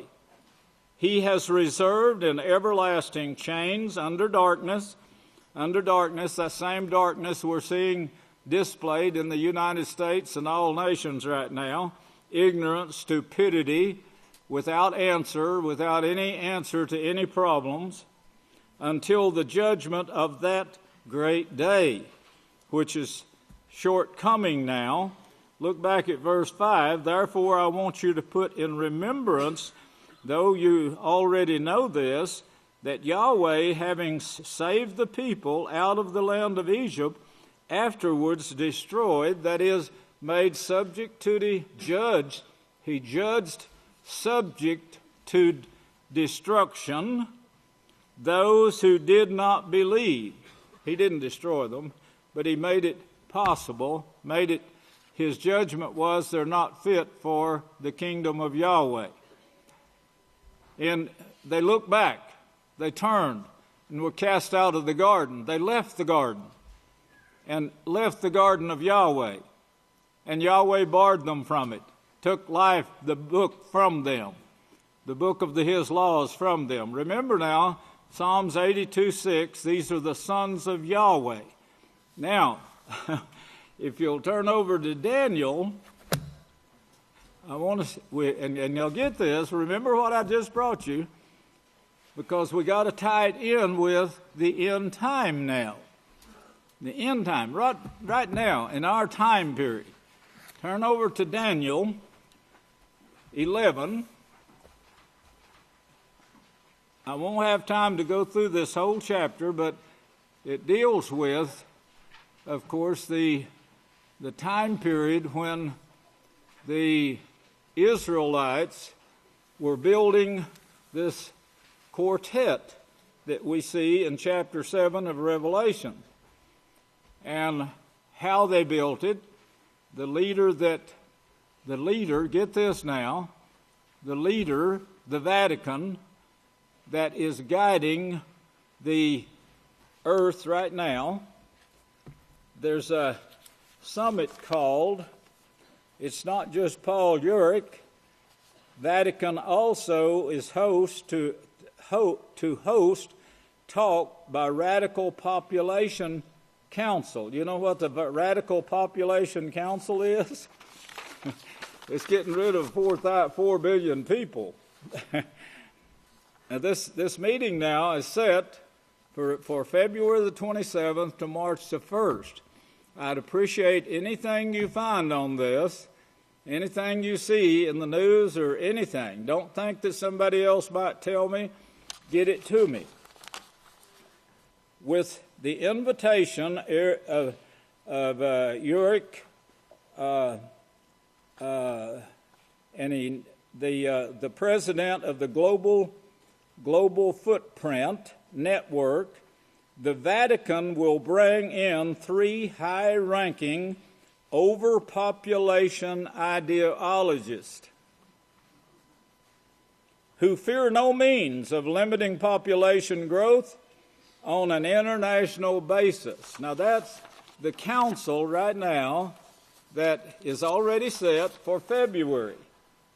We're in that time period. We're in that time period right now. Through peace, on the other hand, through strength, President Trump's White House announces America First takes down climate change page. So we see kind of a war, looks like, is going on between the two powers here, the religious power that has the quartet, controls the quartet, leading the quartet, but it looks like there's friction. I'm wondering if there is or if it's not a plan. This is meant to include peace through strength, an expression popularized during the Ronald Reagan presidency. Peace through strength. Now, their strength is not Yahweh's strength. If you remember, Yahweh's strength is His law. His law gets people to agree with each other. You can't walk together unless you be agreed. You've got to be in unity. And of course, the wars that are set now to come with this right here, and the leaders of the quartet, this war is going to bring about a depopulation, yes. But the ones that are left alive of the quartet are actually going to turn to Yahweh. And those are already marked, by the way. Well, here in chapter 11 now, with all of that in your brain, in your brain and your mind, your subconscious mind, go to verse 1. Also I, in the first year of Darius, the Mede, have been standing to support and strengthen him, and now I will show you the truth. Behold, there will stand up yet 3 kings in Persia, and the 4th, I will explain all of this eventually, but right now I just want to get you the high points where you can see it and start studying it yourself, like you did the book of Job.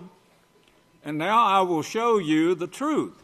Behold, there will stand up yet 3 kings in Persia, and the 4th, did you get that? 4th, always remember 4 or 4th, will be far richer. See the money? Far richer than them all by strength through his riches.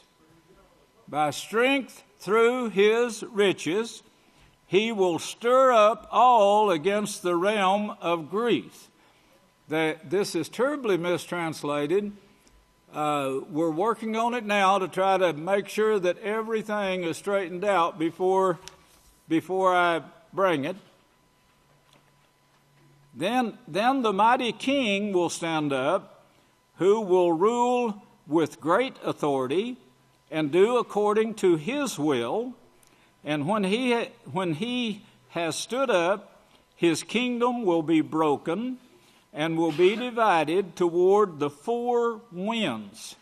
Four winds, you remember I brought that out last week? Four winds. Revelation 7, remember?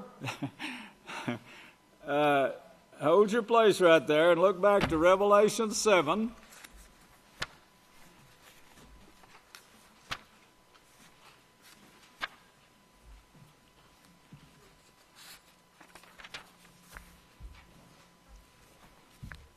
This is in our time period. Hold your place now in Daniyl. We're going right back to Daniyl.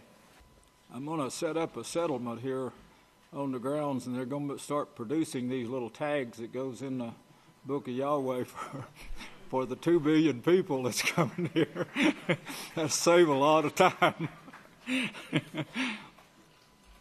And after Revelation 7, verse 1. And remember what we're hunting? 4 and 4th. And after these things, I saw 4 messengers standing on the 4 corners of the earth, holding back the 4 winds. That's all you need to see. You can look at it over in chapter 6 too, but that's all you need to see. Just get that in your mind and go back here to verse 4 of chapter 11 of Daniyl. Got it? But when he has stood up, his kingdom will be broken and will be divided towards the 4 winds. The 4 winds that you read about in chapter 7, we'll tie those together in just a little bit. 4 winds of heaven, but not among the posterity, the future generation, nor according to his government which he ruled, for his kingdom will be plucked up and go to others in the exclusion of these. Look down with that in your mind, go over to verse 31, because here is the temple or the strength of Yahweh now. In 11:31, the army will stand on his part. You've got to go back now to chapter 7 to see who this is speaking of. Chapter 7 of Daniyl, and verse 19 says, "Then I would know the truth about the 4th beast." The 4th, see? And then verse 20 says he has 10 horns. Now that should start ringing bells for you in Revelations. He has 10 horns. Speaking of the one that we see in office right now, who's calling for a depopulation summit to take place in next month. The 10 horns that were on his head, and of the other horn which came up before, whom 3 were plucked up and taken to Rome and transplanted. I'm rephrasing that just a little, but that's exactly what it's talking about. I beheld, and the same horn made war, hoping to destroy the saints of Yahweh, because there's going to be about 2 billion of those left. Saints of Yahweh. He also changes this look at 23, see the 4th beast, are 4 kingdoms upon earth, or quartet upon the earth, which will be different from all the other kingdoms, and will devour the whole earth. Devour the whole earth. And the 10 horns out of the kingdom are 10 kings, which will arise. Another will arise. Now, I've already showed that, and they just arose not too long ago. He will speak, verse 25, against Yahweh, That's what he's doing now. I'm going to break in right there if I can, and read you something right here.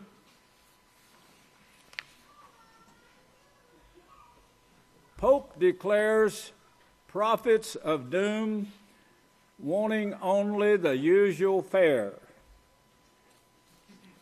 Rome bringing the Vatican holiday season to a close on Thursday with a mass.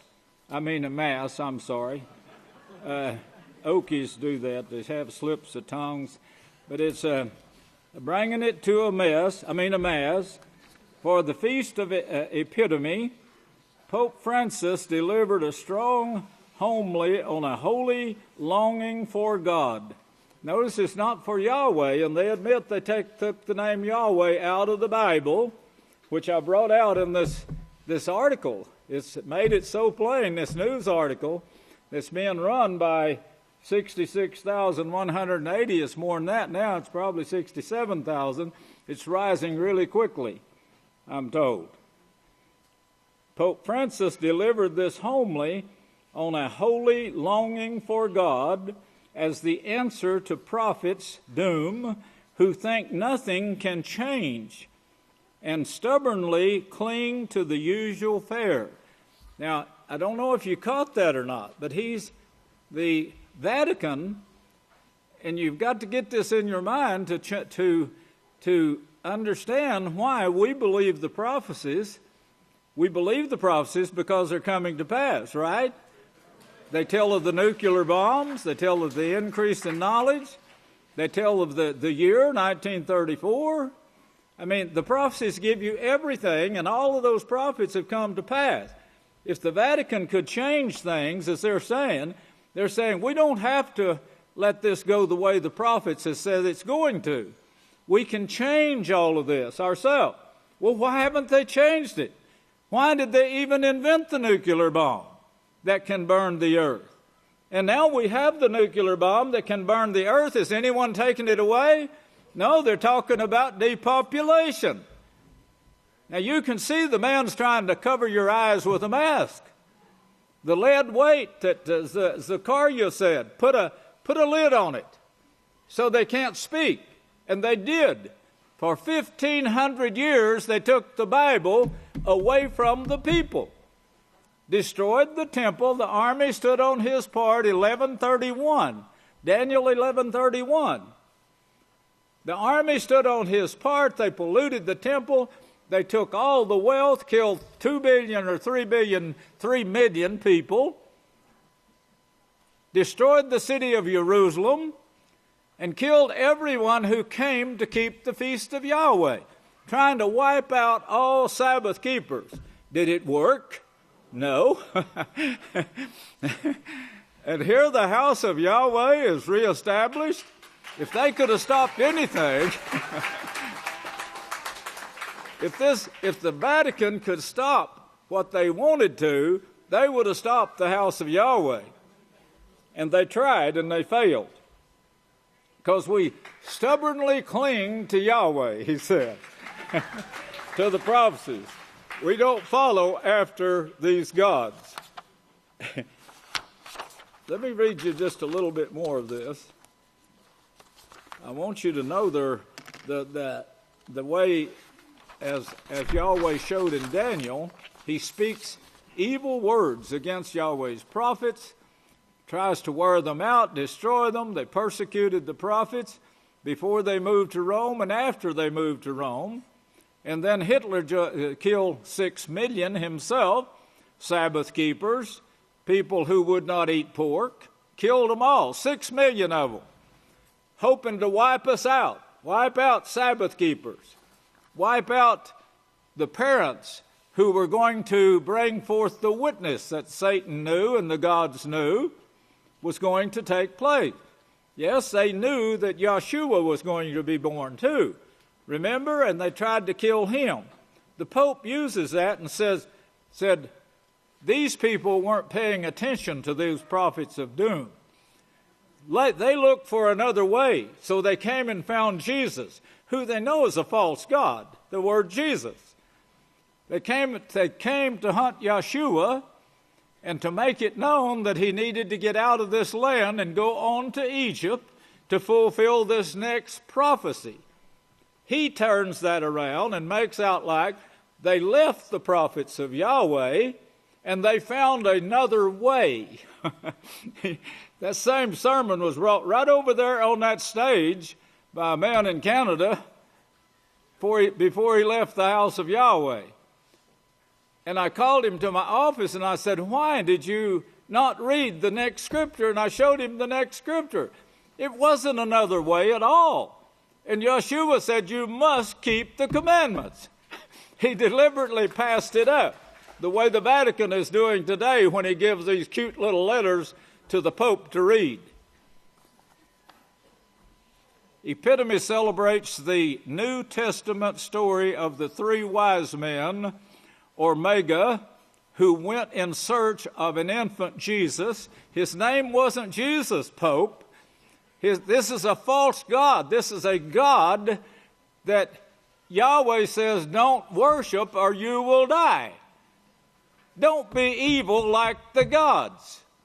Jesus and Christ, read your own history, and you'll see whether you took the name Yeshua out of the scriptures, out of the Bible, you would not authorize anything to be printed with those names in the scriptures.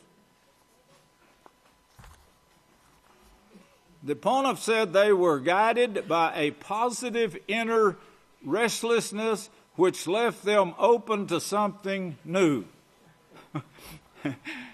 This was the fulfillment. Yeshua's birth was a fulfillment of prophecy where Yahweh at last sent his son to them, and they murdered his son. You murdered his son in Jerusalem, hung him on the stake. A few years later, 40 years later, you destroyed the temple, the house of Yahweh, which brought forth Yeshua himself. Took all your stuff to Rome. Has it helped the world any at all?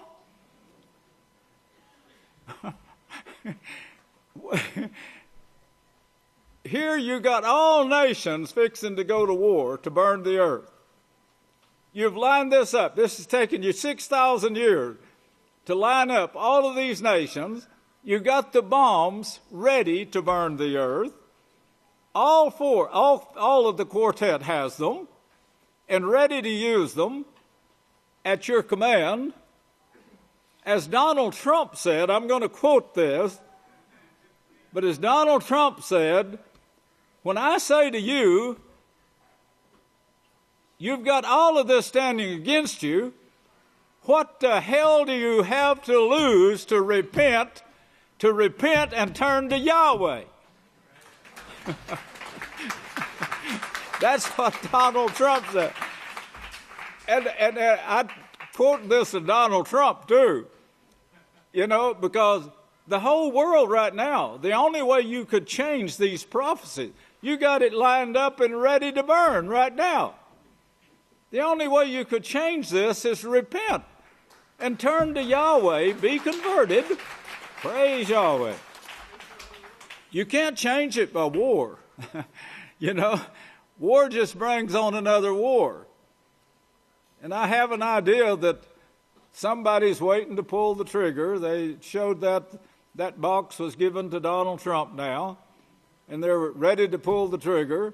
So someone crosses them, and you're going to make a believer out of them, right? So you send a nuclear missile to destroy the city.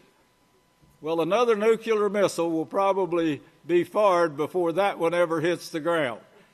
That's the eyes and the technology that you have created for this vulnerable population that we're in right now, in this generation. A holy longing for God is a memory of faith which rebels before all prophets of doom. Rebellion, yes, that's the word, and he used it, which rebels against the prophets, including Yeshua. He included Yeshua in this as a prophet of doom. Yeshua is the one that Yahweh gave the prophecy of Revelation to. Yeshua gave it to Yochanan to cover. He gave it to a messenger before Yochanan to give to Yochanan. Who was that, Vatican? Can you answer? I'm asking you as Yahweh asked Eob. Can you answer? No, you don't have any understanding of the Scriptures. If you'd come here, and to say you repent, I will guide you to righteousness and no war anymore. I hold that authority now from Yahweh. I have that authority to guide you. It's in your own Bible, even in your own Bible that you have twisted and rendered to where it's almost helpless, but it still has certain things, including Yahweh's last days witness. The phrase prophets of doom have a long history in papal rhetoric, including a famous address of Pope John the 23rd at the opening of the Second Vatican Council in 1962, October 1962. That was the year 62, I do believe, where we went on radio, my brother and I, the two witnesses, went on radio for the first time. 1962. In the decades since, it's generally become used in Catholic parlance to characterize resistance to proposals for reform. In other words, don't ask us to repent. They resist this. They resist any form of repentance. Interestingly, the Italian word used by the Pope, translated as longing in English and actually nostalgia, but the pontiff certainly was not lauding an attitude of nostalgia, but for the past, insisting that faith has its roots in the past but doesn't stop there. Longing for God draws us out of an ironclad isolation. If you believe the Scriptures, he's saying, if you come out of this and stop following the prophets of doom, the prophets of Yahweh, the Savior, replace him with a God, an evil God. That's what they did. They killed him in order to take his inheritance. That's what the Scriptures show. I'll show you why. This right here shows you that they actually think that the gods or Satan can give them eternal life. Because she told them in the beginning, no, you won't die. Don't obey Yahweh. You won't die. Well, the only thing that they could guess from that is, since Yahweh is the one that gives eternal life, makes it possible, brings the tree of life that you have refused, Satan can't give life. She's going to die herself. So are the gods. That's what your Bible says. Not one of those is going to fail, says Isaiah 34:16. Well, he says, longing for God draws us out of our ironclad isolation, which makes us think that nothing can change, the Pope said. Longing for God shatters the dreary routines and impels us to make the change we want and need. Well, why haven't you changed it then? Because you've got planned to depopulate and rule. That's why. You wouldn't change it if you could. You want to depopulate the earth where you'll have nothing but Catholics left. So what are Catholics? You're one of them. They're fighting mongrels like Cain himself. You've followed the way of Cain. In breeding and teaching, you've followed the way of Cain. You wouldn't have peace. If the world was Catholics, they would all be at war, like they are now, because they're following the Catholics. You have no understanding at all, Vatican. No understanding. That's what Yahweh said to your gods to begin with. I just read it to you in Psalms. Though Francis was speaking in a spiritual key, it was hard for many observers on Thursday not to hear echoes of some of the turbulence Francis faced during the past year, and some critics suggesting his introducing debatable or doctrinally unsound changes in Catholic life himself. Even the people, even his own people, are criticizing him for this goofy thing that the Vatican gave him to read. Well, attempts at peace in the Middle East. Now, you've got to get this because it's tying right in with the scriptures I'm going to give you here in Daniyl. It actually shows this. Attempts at peace in the Middle East. This is the Vatican. Here is a recap of previous attempts to end the decades-old conflict since the Oslo Accord of 1993. Now, this was just brought out in some numbers. I hope you don't forget those numbers. Oslo Accord, Israel and the Palestinian Liberation Organization, PLO, signed a September 13th, 1993 in Washington, a declaration of principles on autonomy after 6 months of secret talks in Oslo. President Bill Clinton hosts the ceremony. The Oslo Accord marks the start of a process aimed at granting Palestinians the right to self-determination at the end of a 5-year transaction period.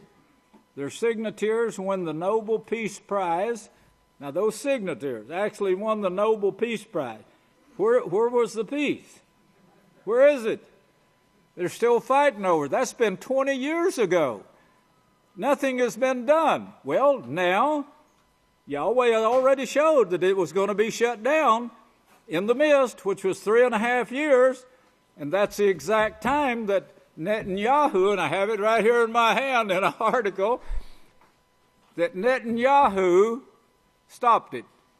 3.5 years after it started, in the midst, and Netanyahu stopped it and brags about it.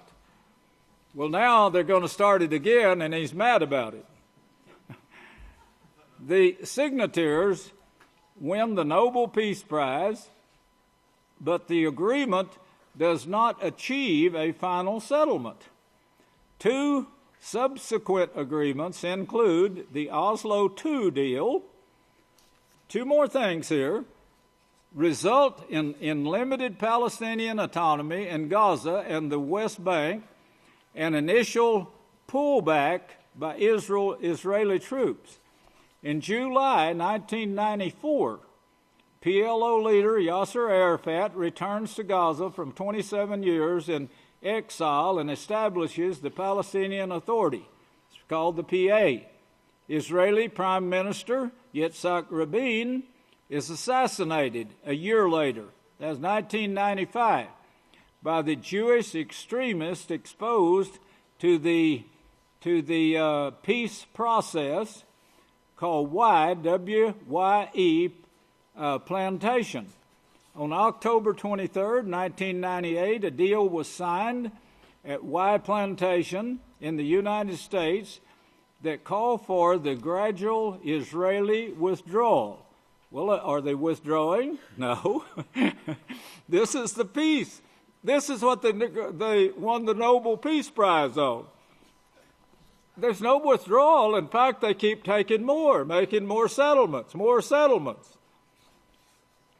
From 13, plantation, gradual Israeli withdrawal from 13% of the land it occupies, just 13% of it. It's got to give back a lot more than that, what this plan calls for. 2 months later, you can see the bickering here, and you can see the frustration, because the Vatican wants this. I'll show you why in just a moment from the Scriptures. But they want this land divided, Daniyl said, for gain. We'll see it in just a minute. Arafat and Israel Prime Minister Ehud Barak signed a renegotiation version in September 1999, but it is forgotten as well at Camp David. In July 2000, Clinton hosted Arafat and Barak at Camp David outside of Washington, but the new talks stumble over the final status of Jerusalem. So that failed. Remember, Yahweh shut this down. Remember, Revelation 7 shows that. He held back these wars that's going to come, that is prophesied to come with this Oslo Accord. They're dividing the land, and it's not going to work. Let's see. They're still calling it peace in 2008. Let's see. Now, Curry. This brings us up to date, 2008. The initiative is thwarted in part by Jewish settlements in the West Bank and collapses after a war between Israel and the Palestinian militants in Gaza erupts in late 2008. Curry's 9 months. On July 29, 1913, U.S. Secretary of State John Kerry announces the launch of the 9 months of direct talks, the first in 3 years. They are suspended by Israel on April 23, 2014, a week before their scheduled expiry after Palestinian fractions. Hamas announced a reconciliation accord. UN vote, Kerry's warning. On December 23, 2016, the UN Secretary of Council demands Israel halt settlement activity in Palestinian territory. In a resolution adopted after the United States refrains from vetoing the measure in a rare move. This just occurred just recently. And now Barack Obama is out of office, and the next president can't veto this. He can't do anything about it. It's in action. It's locked in. Kerry later warns it had to be planned. This had to be planned for this to take place at that certain time. If it hadn't have taken place exactly when it did, then the next coming president could have stopped it. But now he can't stop it. Kerry later warns Israel that building settlements on Palestinian land threatens the country's future as a democracy. Well, that brings us up to date there. Paris Peace Conference agrees on a two-state solution in Mideast, but neither Israel or Palestinians take part. They ruled them out, by the way. There's a lot to this article, and it's worth reading, and I'm going to put it in a newsletter, Yahweh willing. From the Jerusalem Post, dozens of countries urge Israel Palestinians to commit to a two-state solution, refrain from unilateral steps. Dozens of countries urge Israel Palestinians to commit to a two-state solution, refrain from unilateral steps. This one was signed afterwards, the water interest. Israel and the Palestinians signed an agreement this past week, that gives the Palestinians authority, more autonomy over water projects in the West Bank. I believe this is a step in the direction of comprehensive peace. Well, of course, that's what they're saying. Next article. It's just it's just the beginning. It's just the beginning. Europe must act now to avoid war, warns top German politician. European Union host, hinting that a breakup of the Union is more than likely. The German politician, European instigation was the peacemaking response of the Europeans to the catastrophic catastrophe of two world wars. No generation in Europe has ever been able to live in peace, freedom, and prosperity for 70 years. We are witnessing an erosion of the EU. The European Commission is overwhelmed with criticism almost every day. Trump was calling it unique the other day. The refugee, he said, the refugee wave is only the beginning of millions of Arabs, Africans, Pakistanians, Afghans, and other tormented by war, terror, and property damage.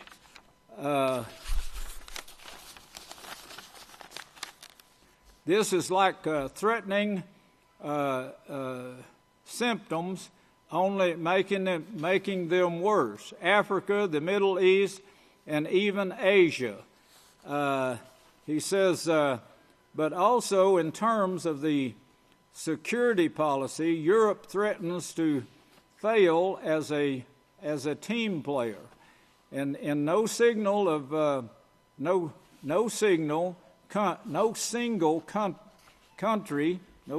country in Europe has the potential to take an equal role. Not Germany, France, England, even if some in London are dreaming about it.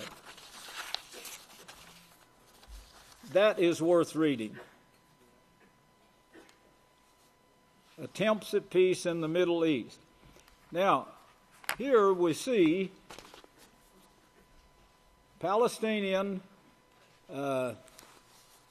embassy opened in Vatican City. We're very grateful about the role that the Holy See has played for a just and lasting peace. Did you get that? Just and lasting peace, or peace, true peace, as Thessalonians calls it. We are very grateful about the role that the Holy See played for a just and lasting peace in the Holy Land, and for having opened an embassy of Palestine in the Vatican for first time.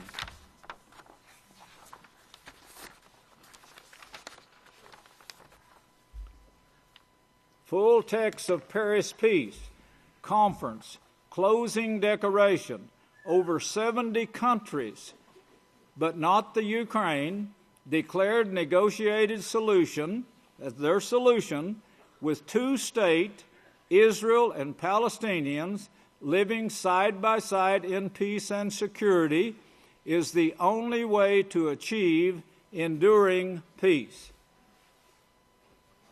You got all that? They got peace, true peace. Now go back to Daniyl.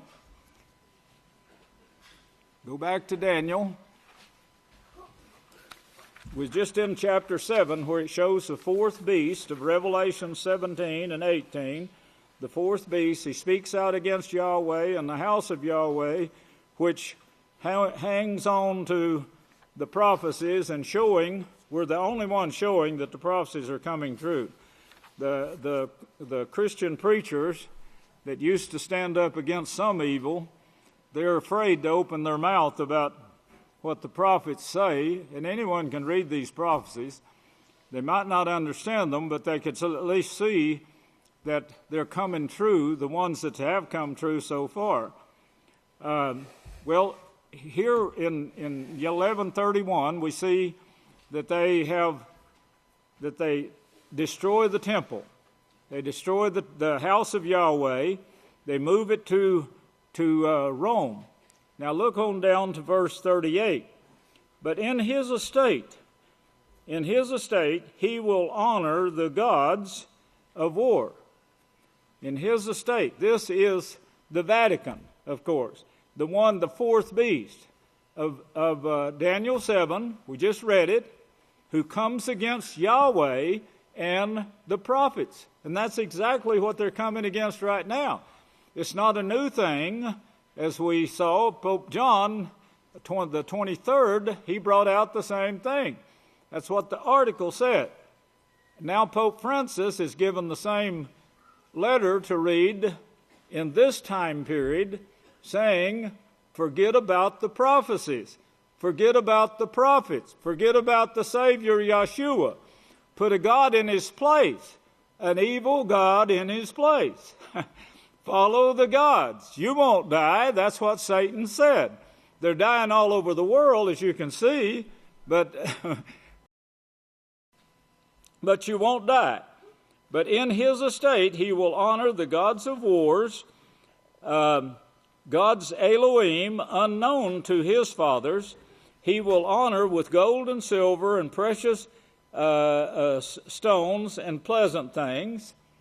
This is what he will do in the strongest fortresses with a strange God, which he will acknowledge and increase with glory, and he will cause them to rule over many, and will divide the land for gain. Did you see that? Divide, and this is what he's doing right now. This is what the Vatican is doing and sent the Pope to do. 70 nations voted with him in order to do this. He's not just dividing it to bring peace. He's dividing this for gain. This is Daniel 11 and verse 39 is what we just read. Verse 39. And at that time of the end, get that, verse 40, at that time of the end. So he divides this land for gain in this end time prophecy. At the time of the end, the king of the south will push at him. I'll explain all of that in the future. Look on over to verse 45. And he will plant the dwellings of his palaces between the seas and the glorious holy mountain, yet he will come to his end, and none will help him. This is shown in Revelations 18. A 1-hour burning that's going to take place. That will end. That will end it right there. He will plant his dwelling. Now look at verse 1 of 12. And at that time, the time of the end, at that time of the end, and I don't have that latest translation, which this is terribly distranslated, but you'll just have to make do. I don't have it with me. There will be a time of trouble, such as never was. That's what Yeshua said, that for this generation. And at that time your people will be delivered. Everyone who is found written in the book. That's taking place right now as we speak, as we bring this out on the radio waves that was created. That is, it was Yahweh had use of it all along, but he gave us use to it through a mechanical type way. We can't command the waves as the radio waves as Yahweh sets them by law, but through a mechanical way of the computer, the increase in knowledge, we can use them to our advantages. Found written in the book, verse 2, and many of those who sleep in the dust of the earth will awake. That's the time of the resurrection that Yeshua spoke of. Will awake, some to everlasting life, some to shame and everlasting contempt, because they left the garden, left the habitation, the house. And those who are wise Those who are wise will shine. Those who are teachers will shine as the brightness of the heavens, and those who turn many to righteousness. That should be the reason that you're here, is to turn many to righteousness. That's the reason for all of us to be here. If you come here for a different reason, if you come here to get your songs heard in the house of Yahweh, you came here for the wrong reason. And you probably won't stay long. But if you come here to seek Yahweh, let me see, is that it? No. If you come here to seek Yahweh, seek salvation at His house wasn't here before this generation. His house was destroyed, as Daniyl said it would be. The army would stand on his part. They would destroy it. All the things would be moved to Rome, beyond Babylon. Yes, beyond Babylon, moved to Rome, where they could take back the name Catholic, which they had before.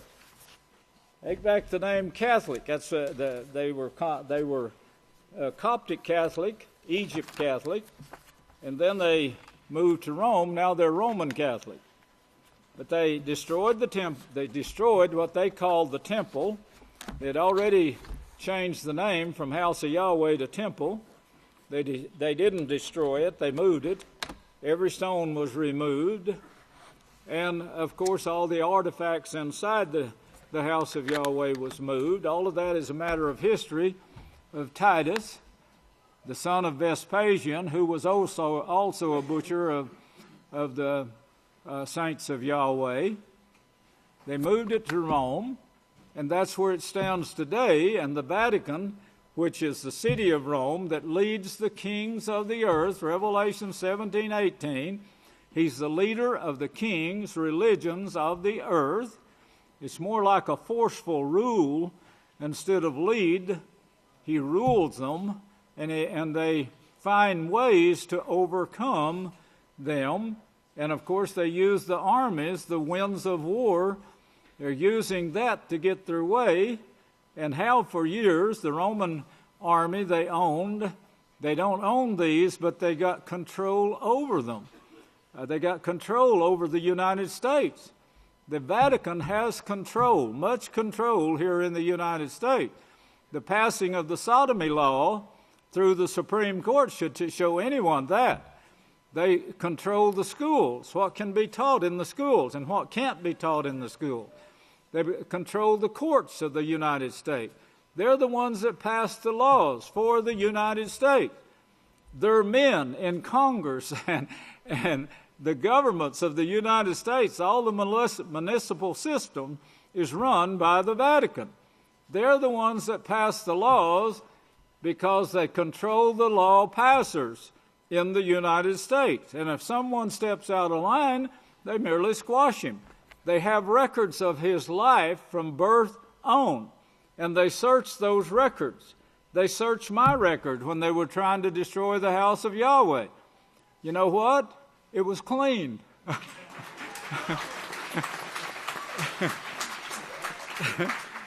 No flaws. No flaws. Never been charged with a crime in his life. Yes, but they searched it.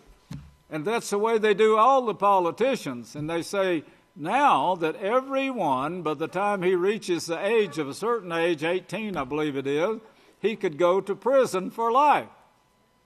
And they have those records. Not that they send them, but they got the records on them so they can reveal it when they want to. This is how they keep control. Years ago, I was reading how the Vatican had the greatest news organization on earth, and from Vatican City. Well, of course, they have advanced in the computers more than the world. There's the ones, in fact, that built them, and the large ones. And I brought this out in the Mark of the Beast. The number of those, by the way, for a computer is 666, the same as the name, the same as the Pope. 666, which shows the mark of the beast, 666. All of this works together, and we're seeing it now displayed right now where he's dividing the land for gain. After that comes the destruction, of course. This was held back, this Oslo Accord was held back to keep it from bringing forth the war. This is going to bring war. It's not going to bring peace. But it's their plan, and this is not a chance that somebody's going to take and cause war. It's a planned war, as you can see this. It's planned out to where it will come back in at a certain time, and then it alone then will start stirring up trouble, and wars will break out, and then they will get, all of a sudden, someone will start using the nuclear, and this is where the great burning will take place very soon. You got from now till it does to study and catch up. I would suggest you read the book of Job and try to start practicing this. If you haven't read it already, read it. And then we will get back to this hopefully next week, the great deception here, the dividing for gain, and of course the nuclear wars that will burn the earth. May Yahweh bless you, and I'll turn the services back to the next leader. I love you.